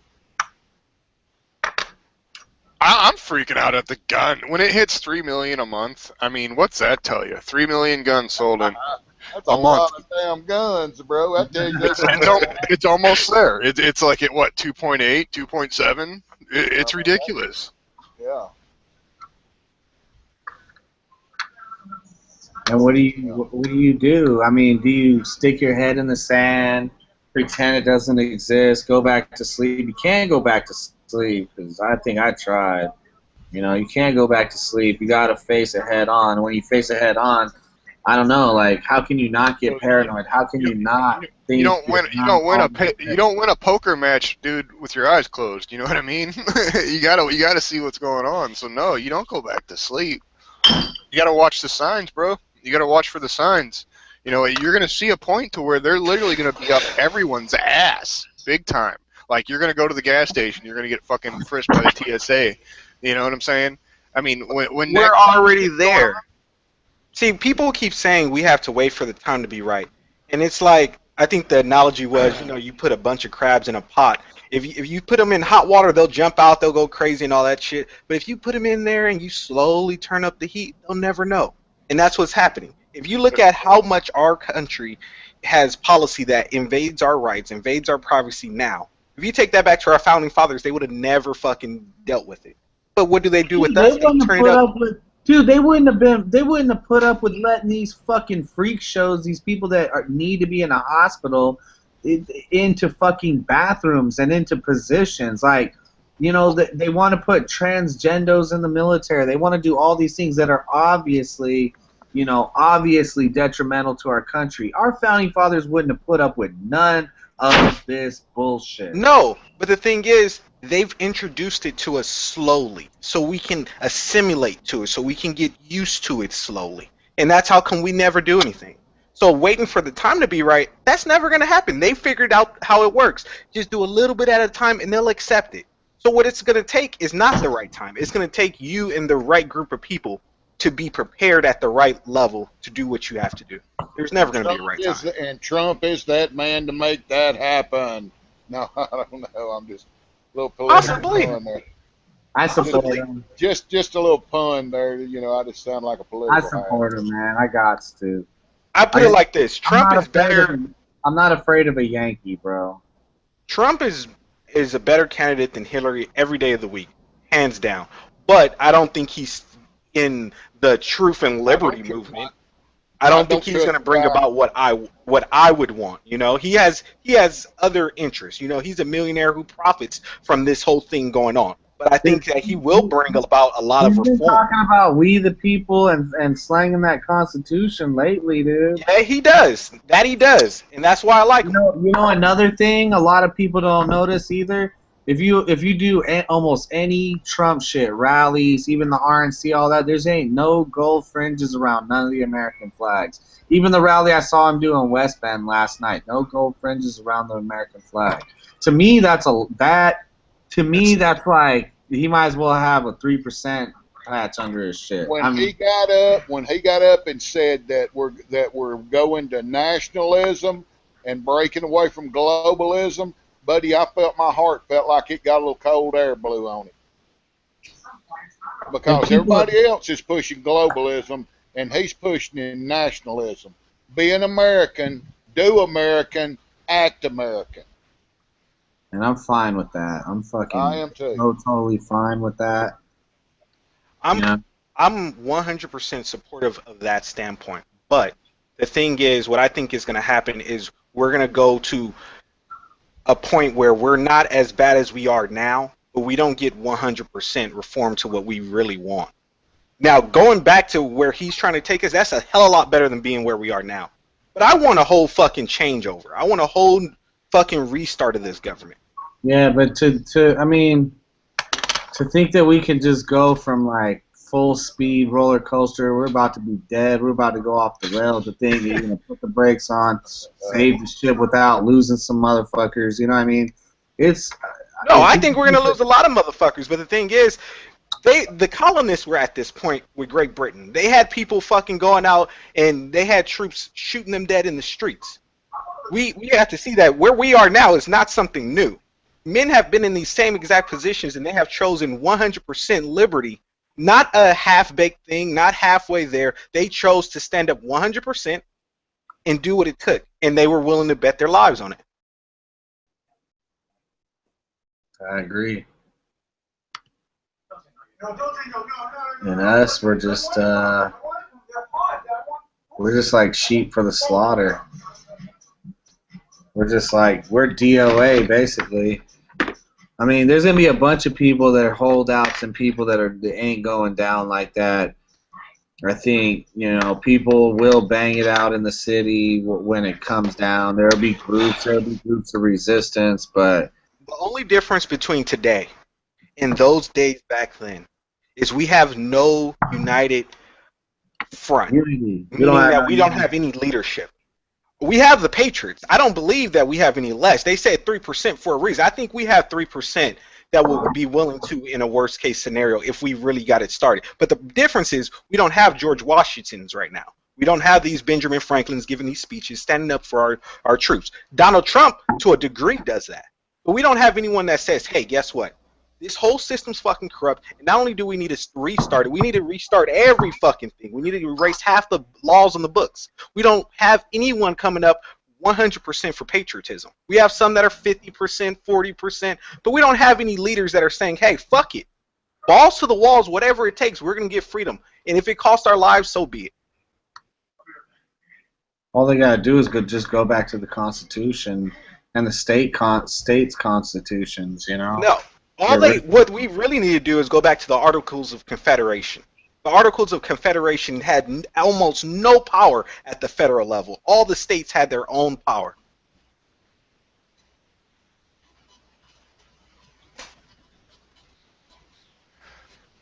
It took them 150 years to deregulate, water down the Constitution to get to where they are. You know what I mean? The Constitution did its job to a degree. It was we the people that failed. And I agree. I'm not saying that the Constitution was bad, but I'm saying that as we see how a federal government can, even over time, become this tyrannical, the solution to that is to never allow it to. The solution to that is to hold almost 100% of the rights and powers in the individual states. Well, they were raising Cain today because the Congress came out and said that that they couldn't prosecute the states that are distributing medical marijuana. Now the feds are coming out and jumping up and down because they wanted to do it, but yet the Congress said it was okay. So now you got the feds versus the feds. Well, and that's just it. You know, after the Civil War, when we lost the courts, control of the courts, when we the people lost control of our courts and admiralty law took over, the whole gold fringe that we were talking about a few minutes ago, that's the problem right there. We the people don't control the courts. You know, when we lost control of the courts, that was it. It's been sliding downhill since. You gonna shut it down, Tony? Yeah, you guys got anything on the way out? Live free. Give me liberty or give me death. Give me titties or give me breast. Everybody better spoil themselves for a little bit here, because all these good times are going to go away. So take your kids out, you know, take your wife out, your girlfriend, fucking go get you steak, because you never know when that shit's going to disappear and you won't be able to get no fucking steak. I did that tonight, Mr. Nugs. I made me a big nice hamburger steak and a big nice baked potato with sour cream and all that. Hey. Right on. Live free or die, people. I got a different shout out, different than the ones I usually do. Well, actually, it'd be serious and then be unserious. Shout out to all those firefighters out there in California. That is like this fucking living hell on earth of a fucking job, being out in the heat and being out in that shit. So fucking big props to them fools, and man, don't nobody die out there for real, because that is fucking fire tornadoes. And then on the outgoing, get yourself some clean pussy while you can, because that shit's all gonna be dirty and shit hits the fan. Hey, I got something I want to say. Hey, I got something I want to say too. A little something that I copied and pasted that I thought was pretty sharp that I'd like to recite you guys. Ain't no showers hit the fan. 240 years ago, 70 delegates were selected to go to Philadelphia. Only 55 of them made the journey, and 39 of them signed the Declaration of Independence under penalty of death. It changed the world. This year, 4,764 delegates are again in Philadelphia. Only this time, they are there dedicated to taking away our First and Second Amendment rights. They embrace the change of globalization, and the elimination of personal liberties. Where do you stand? Stand with the warriors. Live free.